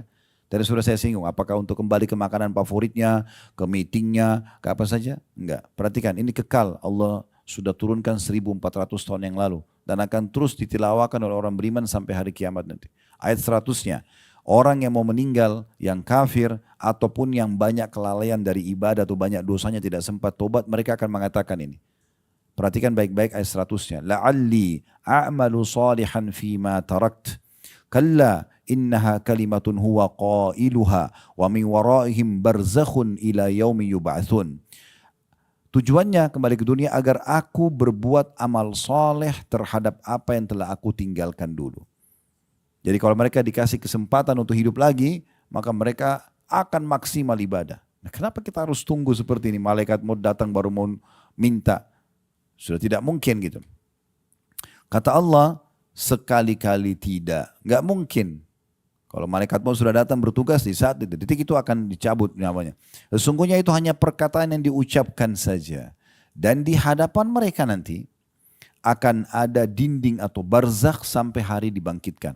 Alam barzakh di kuburan. Lalu ayat 101-nya Allah mengatakan, فَإِذَا نُفِخَ فِي الصُّورِ فَلَا أَنْسَابَ بَيْنَهُمْ يَوْمَئِذٍ وَلَا يَتَسَاءَلُونَ. Apabila sangkakala nanti ditiup pada hari kiamat, maka tidak ada lagi pertalian nasab di antara mereka pada hari itu. Dan tidak ada pula mereka saling bertanya. Dalam ayat lain Allah mengatakan yauma yanfiru mar'u min akhi, pada hari kiamat orang lari dari saudara kandungnya, wa ummihi wa abi, dari ibunya dan ayahnya, wa sahibatihi wa bani, dari pasangan hidupnya dan juga keturunannya. Likulli imri'in minhum yauma idzin sya'nu yughni. Karena pada hari itu setiap orang ingin selamatkan dirinya. Ya. Suami akan lari dari istri lari dari suami, anak dari orang tua dari anak, semua. Saudara-saudara takut nanti ada hak yang tidak sempat dikasih di dunia, maka dia tuntut kita. Pada hari itu kata Allah tidak ada lagi jalur nasab di antara mereka. Oh ini saudara saya kesian nih, gak ada. Bagaimana dia selamatkan dirinya sendiri. Allah bilang hati-hati sebelum datang hari itu nanti. Makanya sering saya bahasakan teman-teman, garis bawahi poin ini penting sekali. Mudah-mudahan Allah jadikan saya orang pertama mengamalkan, kemudian Bapak Ibu ya. Supaya jangan kita ucapkan apa yang diucapkan lalu tidak diamalkan. Saya selalu bahasakan menuju ke akhirat ini, bawa dua hal dan jangan bawa dua hal. Bawa amal soleh dan teman soleh. Garis bawah ini penting sekali. Yang kita bawa menuju ke akhirat artinya setiap hari yang kita kerjakan selama ajal belum datang, amal soleh aja terus. Wajib dan sunnah sibuk dengan itu. Dan teman-teman soleh. Apa manfaatnya teman soleh ini? Nanti mereka bisa memberikan kita syafaatnya, pertolongan mereka. Dalam sebuah riwayat disebutkan ada orang nanti dikeluarkan dari api neraka, sampai ahli neraka semua pada bertanya, ada apa? Kenapa orang ini keluar? Apa ada amal yang dia kerjakan? Karena sudah masuk neraka, berarti amal solehnya lebih sedikit daripada amal baiknya. Maka malaikat menjawab mengatakan, sesungguhnya temannya ada yang soleh, memberikan kepadanya syafaat. Maka pada saat itu semua ahli neraka berharap mereka punya teman-teman soleh selama di dunia. Karena ini manfaatnya besar sekali. Di dunia mereka bisa peringatkan kita, kalau salah jangan akhi, jangan ukhti, itu salah. Diingatkan. Ya. Dan nanti di akhirat bisa berikan syafaat pertolongan dia. Para sahabat itu saling mengejar syafaat ini ya. Selalu mereka kejar. Sampai kalau mereka lagi berperang dan ada satu orang di antara mereka yang kena tebasan pedang, udah jatuh, temannya sengaja jatuhin dirinya dekatnya sambil mengatakan, wahai fulan jangan lupa syafaatmu untukku. Iya. Sampai begitunya. Tapi sama-sama mereka berjihad. Karena kan orang mati syahid bisa memberikan syafaat 70 orang kan. Selama orang muslim. Maka itu luar biasa. Jadi menuju ke akhirat ini bawa dua ini. Amal soleh dan teman-teman yang soleh. Dan jangan bawa dua hal. Jangan bawa dosa, jangan bawa musuh. Dosa kita sudah tahu. Musuh ini. Ada orang setiap hari dia cuma cari musuh terus. Gosipin orang. Pembantu orang dibahas, pekerjaan orang dibahas, rumah tangga orang dibahas. Semuanya dibahas. Ada orang seperti perpustakaan gosip berjalan. Gitu. Tanya tentang fulan, oh semua lengkap datanya orang itu diketahui sama dia. Istrinya, anaknya, rumahnya, mungkin jenis granitnya dia hafal. Ya. Apa saja, subhanallah kenapa? Saya punya teman dekat di Jakarta, sahabat dekat saya, sudah seperti adik kakak gitu. Sampai hari ini teman-teman saya tidak tahu lantai di rumahnya itu ada apa, saya tidak tahu. Karena kalau saya bertamu sama dia, salaman di depan pintu langsung dipersilakan ke ruang tamu. Udah saya ke ruang tamu saya selesai. Gak perlu tanya-tanya. Kecuali perlu ada satu mungkin meja di situ, kursi kita lihat bagus, kita tanya ini beli di mana. Cukup sebatas itu. Kata Nabi SAW, min husni islamil mar' tarkuhu ma la ya'ni. Termasuk kesempurnaan Islam seseorang, dia meninggalkan apa yang tidak bermanfaat buat dia. Jangan semua ditanya tentang orang untuk apa. Terlalu banyak bertanya ini akhirnya membuat kita jadi banyak tahu, jadi kita juga jadi bisa dihisab sama Allah. Kamu tahu kenapa kamu nggak luruskan kalau itu salah? Misal, yang sering saya bahasakan, ya, jangan ambil tugasnya malaikat. Ya. Maksud dalam masalah rumah tangga, gak usah selalu repot periksa handphone, cari tahu tentang masalah ini masalah itu. Selama Allah tidak buka gak usah. Kalau Allah buka berarti Allah mau kita luruskan untuk kesalahan. Kalau tidak gak usah cari tahu. Itu penting sekali. Saya bilang sama istri saya tidak akan buka handphone kamu ya. Saya cuma ingatkan, kalau itu baik lakukan. Kalau itu buruk Allah akan hisab. Hati-hati. Tapi kalau dibuka depan mata saya baru saya luruskan. Kalau enggak gak usah. Betapa banyaknya waktu habis kalau hanya mau tahu ini lagi buat apa di rumah. Lagi buat apa di jalan. Habis waktu untuk itu. Mana waktu bisa digunakan untuk zikir, baca Quran dan ibadah yang lainnya. Dan Nabi SAW sudah berikan kata rahasianya. Berbaktilah pada kedua orang tua kalian. Allah akan berikan kalian anak-anak yang berbakti pada kalian. Jaga kesucian kemaluan kalian, Allah akan jaga kesucian kemaluan pasangan kalian. Selesai. Gak mau pasangan selingkuh. Gak, kita jaga diri kita. Allah jaga dia di luar. Selesai kok. Sederhana. Pasang CCTV, cek semuanya. Pasang kamera di mobil. Oh, macam-macam. Gak ada gunanya. Habis umur untuk itu. Kemudian tadi saya bilang jangan bawa dosa dan jangan bawa musuh ya. Nah, ini bahaya sekali musuh ini. Kata Nabi SAW dalam sebuah hadis sahih, siapapun yang punya permasalahan dengan saudaranya di dunia ini maka selesaikan sebelum datang hari, tidak ada lagi manfaatnya dirham dan dinar. Segera minta keridhoannya, segera minta maaf, selesai. Kalau perlu teman-teman jangan tutup mata di malam hari kecuali sudah minta maaf dengan pasangan, minta maaf sama orang tua, minta maaf sama orang-orang. Mungkin kita buat salah, kita nggak tahu. Mungkin kita meninggal malam itu. Itu poin penting. Kemudian dalam ayat 102-nya kita lanjutkan, kata Allah SWT, "Faman thaqulat mawazinuhu faulaika humul muflihun." Barang siapa yang berat timbangan kebaikannya nanti karena selama di dunia sibuk dari amal soleh ke amal soleh yang lain, dari wajib ke sunnah, sunnah ke wajib, gitu kan? Maka mereka itu adalah orang-orang yang dapat keberuntungan. Beruntung dia itu, selamat nanti. Dan ingat, amal soleh itu punya kenikmatan. Ini kita haji ini nikmat ini. Sholat itu punya kenikmatan, puasa punya kenikmatan, sedekah punya kenikmatan, zikir, doa semua punya kenikmatan. Kalau masih ada orang di sini yang hadir, mudah-mudahan tidak ada, tidak merasakan kenikmatan ibadah itu berarti masih ada dosa yang mengganjal dia. Makin bersih dosa kita, maka makin nikmat ibadah itu. Kemarin saya sempat sebutkan salah satu kiat khusyuk, yang keempatnya adalah jauh dari dosa. Dosa sama ibadah itu dua-dua punya kenikmatan. Ibarat seperti timbangan. Kalau dua telapak tangan saya ibarat timbangan. Ini amal soleh, ini dosa. Dua-duanya punya kenikmatan nih. Kalau enggak akan ada pelakunya, gitu kan? Tetapi kalau dua-duanya masih seperti ini timbangannya, Bapak Ibu sholat iya, puasa iya, cari rezeki halal iya, tapi masih ada dosanya. Gosip, fitnah, manipulasi data atau apa misal, masih berimbang nih, maka khusyuk hilang dalam sholat. Ibadah akan kurang kenikmatannya. Karena dia masih begini, masih berimbang. Kapan nikmat ibadah itu? Kapan kita bisa tetesin air mata? Kapan kita bisa merasa nggak mau berhenti berdoa? Kalau ini lebih naik levelnya. Ini ditutup ini. Taubat, tutup pintunya. Kita kerjakan ibadah rutin aja, sholat 5 waktu, sholat qabliyah gitu ya. Nanti naik dia levelnya itu, karena ini kita tutup. Kalau dia masih berimbang nggak bisa, ini harus naik ini. Kalau ini naik nanti lebih khusyuk, sampai nanti pada tingkat kita peka sekali. Peka sekali. Ya. Hasan Basri rahimahullah pernah ngantar jenazah sambil begitu lihat, beliau tadinya diam, langsung zikir.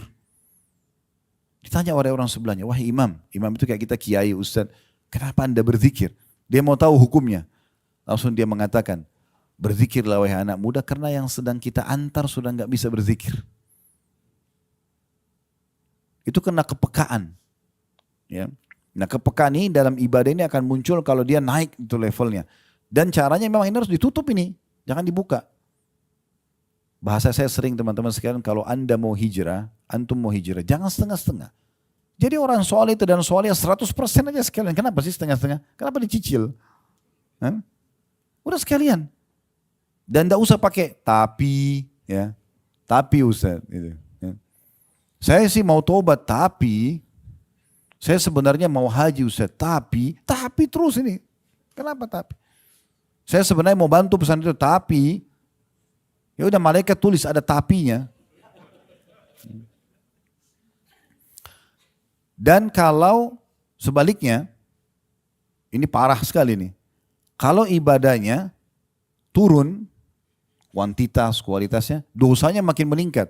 Makin hilang kenikmatan ini. Makin lalai dia. Kan begitu. Dan dua kenikmatan ini tidak bisa ketemu. Contoh, sekarang kita komitmen setiap azan sholat. Komitmen nih, udah saya setiap azan langsung sholat nih. Gitu kan. Mulai kita jaga dan kita nikmati karena kita tahu keutamaan sholat di awal waktu lah, di saf awal mungkin laki-laki mungkin kita sholat masjid haram, kita kejar tuh. Ini kenikmatannya sudah muncul nih. Kalau muncul kenikmatannya, lawannya dia tinggalkan sholat. Hilang kan? Pasti kita akan bilang, Kalau orang tidak sholat, sayang benar orang itu tidak sholat ya. Karena kenikmatan sholat kita sudah ada. Dan kita meninggalkan dosanya, yaitu meninggalkan sholat. Berarti ada kenikmatannya. Kenikmatan ini yang membuat kita merasa kenapa orang itu buat sayang benar dia nggak sholat. Nah gitu. Sama terbalik. Kalau orang nikmati dosanya, tinggalkan sholat. Dia nggak peduli. Sholat nggak penting. Maka dia nikmati itu. Kenikmatan sholatnya hilang. Dia akan bertanya sebaliknya. Itu orang sholat nggak capek tuh. Sholat terus. Kan gitu. Contoh yang lain, perempuan tutup aurat pakai jilbab. Dia tutup auratnya, memang dia tahu Allah haramkan terlihat, dia jaga betul. Dia nikmati itu. Lawannya adalah buka aurat kan.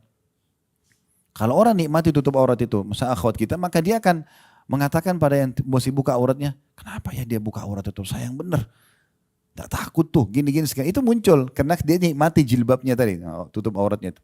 Sebaliknya orang yang buat maksiatnya, buka auratnya, kalau dia nikmatin, dia akan balik. Itu orang nggak panas tuh pakai jilbab, pakai cadar segala macam. Nah gitu. Jadi nggak bisa ketemu seperti minyak sama air nih.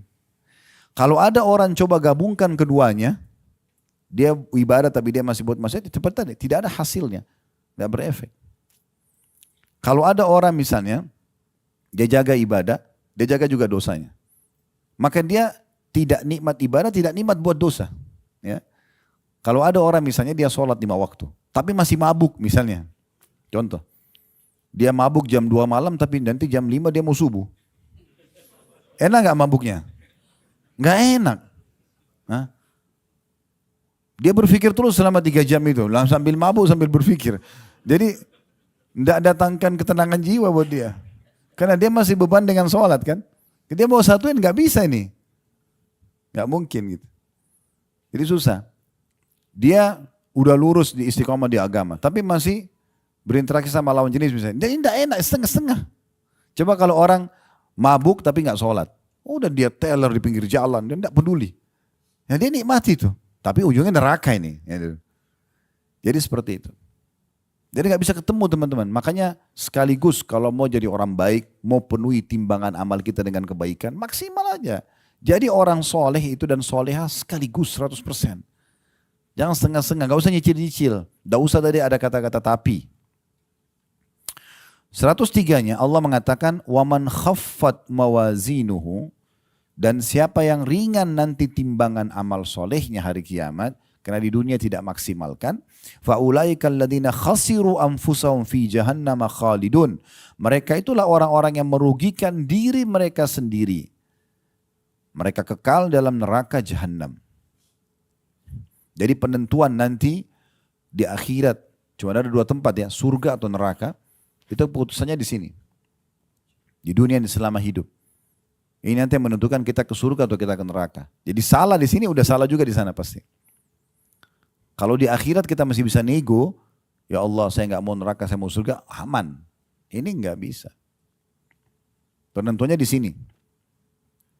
Lalu setelahnya Allah gambarkan tentang kondisi ahli neraka. Bagaimana sih neraka itu? Apakah memang kita harus khawatir, takut? Sehingga kita harus taubat segera, kita segera introspeksi diri kita banyak beramal soleh. Allah mengatakan talfahu, ini ayat 104-nya, talfahu ujuhahumun nar wa hum fiha kalihun. Muka mereka akan dibakar oleh api neraka dan mereka dalam neraka itu dalam keadaan cacat. Ya, dalam sebuah hadis kata Nabi SAW, karena panasnya neraka itu, bibir atasnya ahli neraka itu melepuh sampai bisa dilipat ke kepalanya. Dan bibir bawahnya melepuh sampai jatuh ke pusarnya. Itu tafsir daripada ayat 104-nya. Kata Nabi SAW, makna cacat itu seperti itu. Kemudian 105-nya, Allah akan berfirman pada ahli neraka. Kita tidak perlu tunggu masuk neraka baru dengarkan ya. Allah sudah buka di sini. Allah buat Bapak Ibu bisa dengar pagi ini dari kami ayat ini. Dan ini bukan baru dibaca, ini sudah 1400 tahun yang lalu lebih dan akan dibaca sampai hari kiamat nanti oleh orang beriman. Akan selalu jadi prinsip hidup. Beruntunglah orang yang dengar, engah dia sadar kemudian dia langsung introspeksi diri. 105-nya Allah mengatakan kepada ahli neraka yang lagi disiksa, mereka teriak-teriak, alam takun ayati tutla alaikum fakuntum biha tukadzibun. Bukankah ayat-ayatku telah dibacakan kepadamu sekalian, tapi kamu selalu mendustakannya. Jangan akhi, jangan ukhti, haram, tidak boleh begini, riba jangan, ini jangan, itu jangan.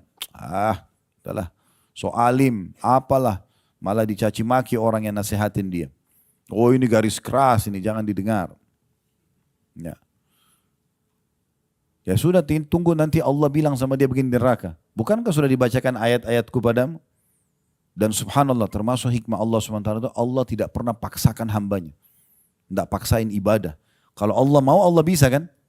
Yang tidak sholat langsung tiba-tiba patah lehernya. Bisa nggak? Bisa. Yang tidak puasa puntung tangannya. Bisa kan Allah bisa. Tapi Allah nggak buat begitu. Allah turunkan wahyunya, ini loh, puasa, sholat itu wajib, ini keutamaannya. Puasa itu wajib, ini keutamaannya. Kalau kerjaan dapat ini. Kalau ditinggalkan ini hukumannya ya. Tapi Allah tidak hukum langsung di dunia. Masih berikan kesempatan untuk taubat. Nanti ahli neraka itu teman-teman kalau masuk neraka, naudzubillah, mudah-mudahan Allah selamatkan kita semua. Mereka masuk neraka dalam kondisi mengakui keadilan Allah. Mereka masuk neraka mengatakan memang pantas kami masuk. Karena memang atas perbuatan mereka sendiri, Allah nggak pernah suruh dia berbuat dosa. Dan selalu peringatan Allah datang itu. Saya jelaskan kemarin itu ada tahapan-tahapannya. Yang paling pertama itu pasti rasa takut. Itu selalu ada tuh. Takut, khawatir. Itu sudah kalau orang introspeksi diri langsung dia kembali kepada Allah, aman dia. Kalau dia kerjakan nanti ada peringatan yang kedua lebih tinggi, nanti ketiga, nanti seterusnya. Ya, akan lebih berat lagi hukumannya. Dan saya sudah bilang kemarin, maling saja yang sudah digebukin sama masa, itu tetap bentuk kasih sayang Allah. Karena dia sudah diberikan peringatan berapa kali sebelum dia memang tidak mau kapok. Kapoknya harus digebukin. Nah, baru berhenti. Ada orang sampai mati sekalian udah. Karena Allah sayang sama dia. Kalau dibiarkan ini maling terus ini. Gak akan berhenti. Kemudian ayat 106-nya. Apa ahli neraka jawab pada saat itu? Tapi gak ada gunanya nih jawaban ini. Cuma mereka ungkapin Allah buka kepada kita selama kita masih di dunia. Perhatikan ayat 106-nya. Mereka mengatakan, waktu Allah bilang, bukankah sudah datang sampai kepada kalian ayat-ayatku? Dibacakan, namun kalian mendustakan, cuek, gak mau peduli. Kata Allah, qalu, Rabbana ghalabat alina shiqwatuna wa kunna qawman dhalin. Mereka berkata, ya Tuhan kami telah dikuasai oleh kejahatan kami. Dan kami adalah orang-orang yang sesat. Maksudnya pada saat itu mereka baru nyesal. Mereka baru bilang, dulu ya betul salah nih. Kami dikuasai hawa nafsu sampai kami melakukan kesalahan itu. Ya. Lalu mereka memohon kepada Allah. Di 107-nya. Rabbana akhrijna minha fa in udna fa inna zalimun. Ini penyesalan mereka nih. Ya Tuhan kami, keluarkanlah kami dari neraka ini. Di saat itu ya. Tapi tidak ada manfaatnya. Keluarkanlah kami dari neraka ini dan kembalikan kami ke dunia. Jika kami kembali juga pada kekafiran, pada dosa, kemaksiatan, sesungguhnya kami termasuk orang-orang zalim. Sebenarnya ini bagus penyesalan, tapi nggak ada gunanya kalau sudah di neraka. Harusnya di dunia mereka bilang ini gitu. Segera ngaku salah, tinggalkan gitu.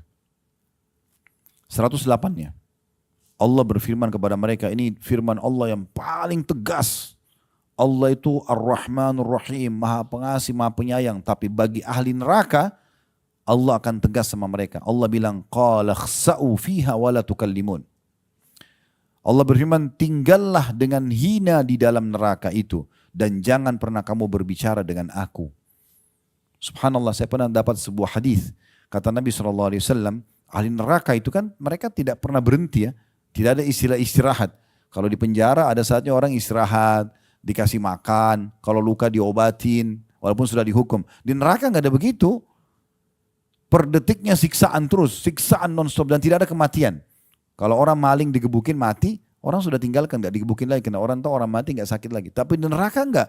Jadi dia hidup terus dalam kondisi, dalam kata Nabi SAW dalam sebuah hadis, ahli neraka itu ada yang sampai hangus semua badannya, tinggal kepalanya saja. Tapi hidup. Lalu Allah utuhkan lagi. Nah dalam proses pengutuhan itu, penyiksaan sakit, pengutuhan kembali tubuh mereka sakit. Begitu terus. Mereka menjerit-jerit tidak didengar. Kata Nabi SAW tentang masalah firman Allah ini dalam ayat 108-nya. Allah mengatakan, kekallah kalian, hiduplah dia, masuk tinggal di dalam keadaan hina. Dan jangan pernah bicara dengan aku. Kata Nabi SAW ahli neraka. Dalam tafsir 108 surah Al-Mu'minun ini. Ahli neraka karena mereka sudah merasa sakit sekali, mereka sudah tidak tahu harus buat, mereka panggil para penjaga neraka, para malaikat. Dan para penjaga neraka tidak menjawab mereka ratusan tahun. Biarin disiksa. Mereka putus asa, akhirnya mereka panggil Tuhan mereka. Yang tadi tuh, ya 106 dan 107. Yang mereka bilang, ya Allah, kejahatan kami telah menguasai kami dan kami termasuk orang sesat. Artinya kami nyesal dulu kami buat itu semua. Mencuri, menipu, zina, riba, apalah. Maka keluarkan kami kalau kami engkau kembalikan dunia, kami berbuat lagi berarti kami zalim benar nih. Gitu kan? Nah mereka menyesal itu semua. Lalu mereka panggil Tuhan mereka mengatakan, ya Allah, Allah ini maha pengasih, maha penyayang. Tapi kata Nabi SAW, Allah tidak menjawab mereka seumur dunia. Seumur dunia itu berapa miliar tahun itu. Ya. Jadi kalau antum pernah dengar, oh ada masa dinosaurus dulu, Allahu'alam. Mungkin bisa saja. Bisa saja. Bukan mustahil. Karena manusia ini, kita ini, makhluk terakhir yang Allah ciptakan. Sebelum kita sudah ada jin, sudah ada hewan-hewan, sudah ada air, sudah ada api. Ini semua bukan baru ini. Air yang kita pakai ini air dari dulu yang Allah ciptakan dari awal. Sederhana kok secara ilmiah kan. Panas menguap, ditampung di awan. Kalau ini kita kayak filter turun lagi jadi hujan dipakai lagi. Sama. Apinya sama. Tumbuh-tumbuhannya itu aja. Ya. Sama. Pepaya kita makan, buahnya, bijinya kita lempar. Jadi pohon lagi. Dia lagi. Sama. Semua hewan laut itu turunannya semua sama. Kembali lagi. Begitu semua.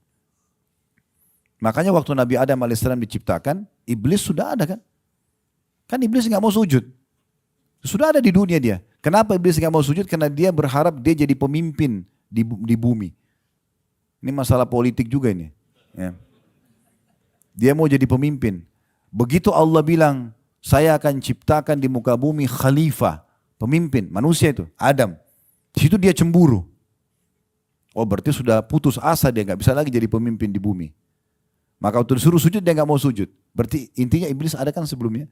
Sudah ada iblis, sudah ada jin, sudah ada hewan-hewan, sudah ada semua tumbuh, sudah ada, bukan baru ini semua. Sudah ada. Jadi perlu kita garis bawah itu.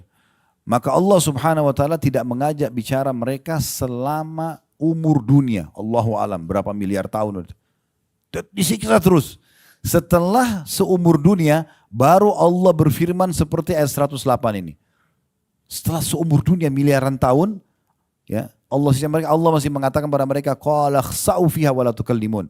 Tinggallah di dalam keadaan hina dan jangan pernah berbicara dengan aku. Setelah miliaran tahun disiksa, Allah masih tidak maafkan. Padahal Allah itu Ar-Rahmanur Rahim. Coba bayangkan. Di akhirat sudah tidak ada ceritanya itu. Maka kata Nabi SAW dalam hadis itu, yang saya bacakan, maka karena mereka sudah putus asa, keluarlah dari tempat air mata mereka darah.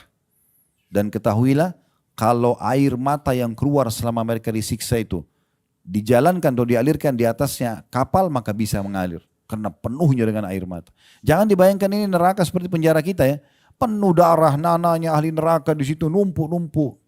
Bahkan kata Nabi SAW, makanan minuman mereka adalah tinatul khabal. Para sahabat bertanya, ya Rasulullah, apa itu tinatul khabal? Kata Nabi SAW, nana dan darahnya ahli neraka. Di surga teman-teman, kita nanti makan insya Allah, bukan karena lapar. Kita minum bukan karena haus. Maka semua penuh kenikmatan. Ya. Antum bayangin kalau antum lagi tidak, beda ya kalau lagi lapar, ini kebetulan mau sarapan jadi masak. Jangan dibayangin dulu. Tapi kalau orang lagi lapar, dia sudah nggak dimati makanan. Target dia hilangin lapar kan? Coba kalau antum lagi tidak lapar, mau makan apa Pak? Makan apa Bu? Kita masih bisa memilih. Oh mau makan ini. Kita nikmatin tuh. Kalau kita lagi haus, minum apa? Air dingin. Targetnya bukan nikmatin, habisin supaya hilang hausnya. Di surga nggak ada lapar, nggak ada haus. Jadi kita makan, kena nikmatin, kita minum, kena nikmatin. Dan ini sederhana, di dunia patuh kayak gini aja nih. Duduk pengajian, sholat, haji, sedekah, gitu aja, zikir, mati masuk surga. Kenapa nggak mau ini? Kan gitu sederhana. Saya waktu tahun lalu haji, saya bilang sama jemaah haji juga, saya ingatkan juga Bapak Ibu sekalian, apa sulitnya jadi orang beriman? Pergi haji, enak makan, tidur, nanti juga di kemah enak, semuanya enak ada mah. Ibadahnya nanti kalau kita bagi jumrah teman-teman, ambil batu lempar, tak satu dosa besar gugur. Yang kedua 2 dosa besar. pulang lagi ke kemah, ngobrol, makan, minum, dengar pengajian, mati masuk surga, enak bener. Nah, kenapa nggak mau jadi orang baik ini? Kan aneh betul ya. Makanya kata Nabi SAW, seseorang dari kalian lebih dekat dengan surganya daripada tali sendalnya sendiri. Pernah ada satu sahabat, saya tambahkan kisahnya, dia masuk Islam pas di perang Khaybar. Benteng Khaybar sekitar 180 kilo sekian dari kota Madinah. Kami ada program umroh Sirah Nabawi. Beliau pernah ikut, beberapa teman-teman pernah ikut dulu. Kita datangi lokasi peperangan itu langsung. Di Badr kita datang lokasi perang Badr, di Khaybar juga begitu. Datangin benteng-bentengnya Yahudi di sana. Intinya di perang Khaybar ini Nabi SAW mengepung benteng yang pertama sekitar 43 harian. Baru ditaklukkan. Nah pada saat itu rupanya ada satu orang Arab Badui, dia memantau peperangan dari jarak jauh. Dan dia tertarik lihat umat Islam. Mereka walaupun berperang punya adab dan tata krama. Kalau malam hari mereka baca Quran, mereka saling membantu sama-sama yang lain. Mereka baik sekali gitu dan dia tidak pernah lihat ini. Maka dia datang kepada beberapa sahabat sambil mengatakan, kalian ini siapa? Agama apa? Sahabat jelasin, kami dari Madinah, kami ini yang beragama Islam. Dijelaskan tentang Islam. Tertarik dia. Saya mau masuk Islam. Kata para sahabat, itu di depan ada Rasulullah, itu ada tulisan. Langsung aja masuk Islam di tangan. Datang dia ke Nabi. Nabi SAW pada saat itu pas menembus benteng pertama Yahudi. Kalau tidak salah nama bentengnya Naim. Benteng Naim ya. Maka benteng ini setelah ditembus ada harta rampasan perang. Beliau lagi bagi-bagi harta rampasan perang dengan salah satu orang yang ditunjuk untuk mengatur itu. Belum dibagi ke pasukan. Nah, waktu orang ini datang masuk Islam, kata Nabi SAW, masukkan orang ini sebagai penerima ghanimah. Orang yang baru masuk Islam ini. Orang itu langsung bilang begini, ya Rasulullah, saya enggak ingin ini. Saya masuk Islam bukan karena saya ingin harta. Saya ingin apa yang sahabat Anda kejar keluar dari Madinah. Saya dengar mereka keluar untuk mencari mati syahid. Supaya begitu mati terbunuh dosanya dimaafkan masuk surga. Saya berharap ya Rasulullah, nanti dari benteng Yahudi, dia tunjuk benteng Yahudi yang kedua. Benteng Yahudi pertama sudah tembus, ada 9 benteng Yahudi waktu itu. Nanti saya berharap dari benteng Yahudi ini keluar anak panah Yahudi, kena di sini, ditunjuk sama dia titiknya. Tembus di sini, lalu saya mati syahid. Kata Nabi SAW, kalau kau jujur Allah kasih. Kalau kau jujur Allah kasih nanti itu. Betul-betul kau minta itu Allah kasih. Subhanallah, berpisah dengan Nabi SAW. Orang-orang Yahudi pada saat itu punya strategi Bapak Ibu sekalian, mereka tidak berani berhadapan dengan muslimin secara langsung, mereka cuma lemparin anak panah dari dalam benteng, karena takut. Orang yang waktu itu pas mulai sahabat takbir, orang Yahudi mau lempar anak panah, orang yang pertama mati orang yang tadi, yang baru masuk Islam. Belum sholat satu sholat pun. Baru syahadat, kecamuk perang, kena anak panah, mati dia. Waktu Nabi SAW lihat, ternyata anak panahnya di tempat yang dia tunjuk. Tadi kan dia bilang, saya ingin anak panah itu masuk ke sini, keluar di sini, dan saya mati syahid, saya masuk surga. Kata Nabi SAW, apakah orang ini tadi yang baru syahadat? Kata mereka, iya Rasulullah. Kata Nabi SAW, maha suci Allah yang telah membenarkan janjinya. Siapa yang mau lihat penghuni surga, yang belum pernah sujud sekalipun, lihat orang ini. Baru syahadat langsung mati terbunuh, masuk surga. Begitu mudah, lalu Nabi SAW mengatakan, sungguh surga lebih dekat dengan seorang dari kalian daripada tali sendalnya sendiri. Tinggal lakukan ketaatan, mati masuk surga. Susahnya apa? Tinggal makan halal, pekerjaan halal, pasangan halal. Kan enak gitu ya. Di dunia dapat panduan yang benar, bahagia, dan di akhirat juga masuk surga. Kan begitu. Nah itu poinnya. Kemudian 109-nya, jadi itu tadi penyesalan neraka ya. 109-nya, innahu kana fariqum min ibadi yaquluna rabbana amanna faghfir lana warhamna wa anta khairur rahimin. Sesungguhnya ada segolongan dari hamba-hambaku di dunia dulu, maksudnya hai orang-orang kafir, hai ahli maksiat yang di neraka. Kalian dulu ingat gak di dunia ada hamba-hambaku dulu yang suka berdoa. Kalian lihat itu. Mungkin dekat tetangganya ada orang suka ke masjid, suka berdoa, suka nasihatin. Lihat orang-orang soleh ada. Ya. Mereka mengatakan, ya Tuhan kami telah beriman maka ampunilah kami dan berilah kami rahmat dan engkau adalah pemberi rahmat yang paling baik. 110-nya, lalu Allah mengatakan kepada orang-orang kafir neraka itu, fattakhadtumuhum sikhriyan hatta ansaukum zikri wa kuntum minhum tadhakun. Lalu kamu menjadikan mereka buah ejekan. Alim, begini, begitu, garis keras, apalah, segala macam.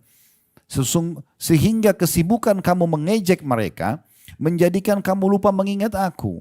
Dan adalah kamu selalu menertawakan mereka. Apa balasannya? 111-nya. Inni jazaituhumul yawma bima sabaru annahum humul faizun. Maka sungguhnya aku memberi balasan kepada mereka pada hari ini. Orang-orang yang patuh, yang beriman, yang mengerjakan amal soleh. Karena kesabaran mereka, sesungguhnya mereka itulah orang-orang yang menang. 112-nya. Allah ajak bicara lagi ahli neraka tadi. Qala kam labithtum fil ardi adada sinin. Allah bertanya, berapa tahun lamakah kamu tinggal di bumi? 113-nya. Qalu labithna yawman aw ba'da yawmin fas'alil 'adin. Mereka menjawab, kami tinggal di bumi hanya sehari atau setengah hari saja. Maka tanyakan kepada orang-orang yang menghitung.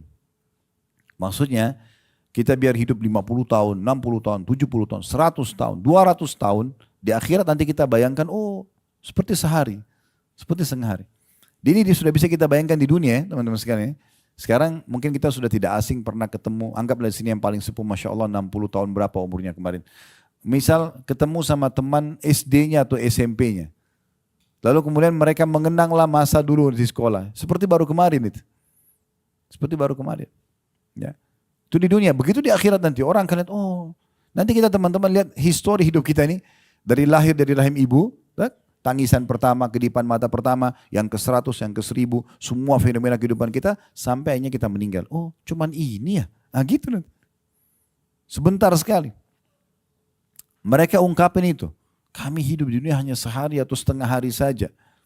114-nya kata Allah. Qala in labithtum illa qalila, law annakum kuntum ta'lamun. Allah berfirman, kamu tinggal di bumi melainkan sebentar saja. Memang betul yang kalian bilang, cuma sebentar itu. Kalau sesungguhnya kalian mengetahui, nanti pada saat itu kalian sadari. Sayangnya nggak disadari. Alhamdulillah kita hari ini dengar nih, ya. Lalu penutupannya 115, Allah Subhanahu wa taala mengatakan, maksudnya penutupan bahasan kita dalam ayat ini ya. Afa hasibtum annama khalaqnakum abathan wa annakum ilaina la turja'un. Maka apakah kamu mengira bahwa sesungguhnya kami menciptakan kamu secara main-main saja? Apa kalian kira saya ciptakan, kata Allah, di muka bumi ini lahir dari rahim ibu, lalu diurus sama orang tua dari kecil, sampai kita sekolah, bajunya, makannya semua diurus. Kemudian mulai diberikan ilmu, mulai bisa bekerja, punya pendapatan, punya nama baik, punya dan segala macam. Ya. Kemudian kalian kira itu cuma sia-sia begitu saja, tidak ada tujuan, tidak ada perintah, tidak ada larangan. Dan bahwasanya kamu tidak akan dikembalikan kepada kami. Gak mungkin gitu ya. Nah seperti itu bahan muhasabahnya, introspeksinya. Kita lihat sekarang surah Al-Munafikun. Kita tutup dengan ini ya. Ayat 9-nya saya bacakan. Ya ayyuhalladzina amanu la tulhikum amwalukum wala auladukum an dzikrillah wa may yaf'al dzalika faulaika humul khasirun. Hai orang-orang beriman, janganlah hartamu dan anak-anakmu melalaikan kamu dari mengingat Allah. Kita boleh berpasangan, boleh urus anak-anak, tapi jangan melalaikan dari sholat, dari pendapatan yang halal dan segala macam. Barang siapa yang berbuat demikian, maka itulah orang-orang yang rugi. Ya. Oleh karena itu pasangan harus bersama-sama dengan kita menuju ke akhirat. Masya Allah, ini teman-teman yang berangkat dengan pasangan pergi haji ini, taufik dari Allah Subhanahu Wa Taala. Ya. Sama-sama beribadah. Tinggal bagaimana tadi menjaga keikhlasan, bersyukur pada Allah ya. Ayat 10 ini yang menjadi inti bahasan introspeksi kita. Wa anfiqu mimma razaqnakum min qabli an ya'tiya ahadakumul mautu fayaqula rabbi laula akhartani ila ajalin qarib. Laula akhartani ila ajalin qaribin fa as-saddaqa wa akum minas salihin. Dan segera belanjakan sebagian dari apa yang kami berikan kepadamu sebelum datang kematian kepada salah seorang di antara kamu. Lalu ia berkata, segera lakukan amal soleh, segera sedekah, segera sholat sebelum datang kematian. Baru dia mengatakan, ya Robku, mengapa engkau tidak menangguhkan kematianku sampai waktu yang dekat? Beberapa detik saja, supaya untuk meeting sama teman-teman, untuk makan makanan favorit, enggak. Supaya ya di sini dikatakan atau yang menyebabkan aku dapat bersedekah dan aku termasuk orang-orang soleh. Supaya aku sempat transfer uangku itu ke yayasan ini, ke pesantren itu, ke sedekah ini. Lalu Allah mengatakan di ayat 11-nya wala yuakhirallahu nafsan idza jaa ajaluha wallahu khabirum bima ta'malun. Dan Allah sekali-kali tidak akan menangguhkan kematian seseorang apabila telah datang waktu kematiannya, dan Allah Maha mengenal apa yang kamu kerjakan. Ya. Jangan tunggu nanti teman-teman sekalian menjelang kematian baru menyesali semua. Kenapa saya tidak sholat? Kenapa saya tidak sedekah? Kenapa enggak belajar Al-Quran? Kenapa tidak haji dan umroh? Kenapa? Enggak ada manfaatnya lagi. Sebagai penutup saya ingatkan kembali perkataan saya di awal tadi. Ingat, peluang amal soleh di saat datang kesempatannya raih segera. Karena tidak akan pernah terulang. Masih ingat tadi saya bilang ya? Ada tempat dan waktu hanya bernilai di saat itu saja. Arafah, Mina, Muzdalifah yang nanti akan kita lewatin insya Allah beberapa hari lagi. Itu hanya punya makna, punya pengejaran pahala di saat itu. Lewat satu hari, hari Arafah tanggal 9. Lewat satu hari, hari tanggal 10 kita ke Arafah sudah berbeda. Di waktu itu. Saf awal tadi berlaku keutamanya antara ya, iqamah sholat sampai imam salam. Kalau sudah salam dari saf kedua kita masuk ke saf pertama, sudah enggak ada keutamaannya. Begitu seterusnya. Dan setiap kali ada kesempatan peluang amal soleh, jadikan itu adalah kesempatan terakhir kita. Jangan sia-siakan itu. Karena sekali luput atau berkurang saja, enggak bisa kita perbaikin. Saya sering ulangi dalam pengajian sebagai introspeksi diri, karena saya ingin selalu ini sebagai cambuk bagi saya. Saya pernah subhanallah kedatangan tamu di Jakarta, di Condet waktu itu, seorang ikhwah datang, saya waktu itu ngandalin dengerin azan di masjid, ada mikrofon Masya Allah kita kan dengar kalau di Indonesia ya. Alhamdulillah ini sebuah nikmat yang besar, karena di Singapura nggak bisa dengar azan, di Australia nggak bisa dengar azan, ini nikmat yang besar. Ya. Maka pada saat saya andalin dengar azan, subhanallah, ada perubahan jam waktu azan. Sampai jam 12 lewat 10 kok belum azan-azan gitu. Saya bilang sama akhi itu, ayo kita ke masjid yuk. Saya boncengan motor sama-sama, pergi masjid dekat rumah. Subhanallah, begitu saya masuk pintu masjid, imamnya lagi sujud rakaat pertama. Seorang mukmin tadi saya bilang harus peka, jadikan introspeksi diri sebagai salah satu kendaraan dia ya, supaya dia selalu mengejar yang terbaik. Maka saya langsung muhasabah. Saya mengatakan pada diri saya sendiri, subhanallah saya bahkan tidak bisa bilang sama imam, imam kembali dong ke rakaat pertama, saya mau dicatat sama malaikat dari takbiratul ihram. Tidak bisa. Udah luput. Sampai hari kiamat, Khalid bersalama, luput dari takbiratul ihram di salat itu, di waktu itu, selesai. Tidak bisa diperbaikin. Tidak bisa diperbaiki. Jadi begitu amal soleh. Kapan dia luput dari kita sekali, kita nggak bisa perbaikin. Kita akan menerima sebegitu saja. Ya. Oleh karena itu harus kita hati-hati, peka. Ya tentu semua orang punya kekurangan. Saya juga punya kekurangan. Kadang-kadang kita masuk, tapi kita selalu introspeksi diri dan kita tujuannya untuk supaya memperbaiki ke depan ya. Apalagi kalau hanya kena kelalaian saja, kena malas-malesan. Kalau ada udzur memang kita ke kamar mandi, telat, macet, itu berbeda. Gitu kan? Tapi kalau enggak, maka kita usahakan maksimal. Itu yang perlu digarisbawahi. Saya juga pernah sekali, ini juga saya tutup dengan ini, habis ini silakan kalau mau bertanya. Di daerah Kampung Melayu dulu saya pernah isi pengajian. Selepas menjelang azan duhur, pas azan sebenarnya saya tutup pengajian. Parkir mobil depan pengajian itu, kemudian saya jalan kaki, ada masjid. Pas keluar dari pengajian itu ada satu ibu, kelihatan sekali dari pakaiannya, kumuh beliau gitu kan. Dalam keadaan miskin, gendong anak minta uang. Memang saya niat ingin bantu. Cuma waktu itu di pikiran saya adalah, ini takbiratul ihram pertama imam nih. Ada sholat qobliyah duhur. Kan? Saf awal, banyak sekali keutamaan yang harus saya kejar nih. Gitu kan. Maka saya bilang, Bu, habis sholat ya. Sebenarnya niatnya baik gitu. Saya pergi ke masjid lah. Alhamdulillah dapat sholat qobliyah segala macam, selesai sholat. Setelah sholat ba'diyah saya keluar. Dengan niat memang membantu ibu terus. Ibu sudah tidak ada. Terus tiba-tiba muncul penyesalan dalam diri saya. Kenapa tadi saya nggak bantu ya? Saya naik mobil, Bapak Ibu sekalian 2 kali saya muter-muter di situ. Nggak ketemu ibu itu. Lalu saya mengatakan subhanallah. Apa susahnya Khalid tadi kau korek kantongmu, keluarin uang, hitungan detik kasih ke dia, lalu sholat, kan tidak hilang. Tapi begitu syaitan masuk kadang-kadang ke dalam diri kita, untuk menunda amal soleh saja dan luput. Begitu luput tidak bisa terulang. Mungkin kita bisa sedekah ke orang lain, tapi sedekah yang harusnya dicatat ke tangan orang itu luput dari kita. Tidak bisa kita ketemu lagi. Dan begitu seterusnya. Udah gitu setiap kali ada kesempatan amal soleh jangan tunda. Kesempatan dosa justru lawan, jangan dilakukan. Nah seperti itu. Allahu a'lam. Ini bahasan kita dan ini adalah sebab kebahagiaan yang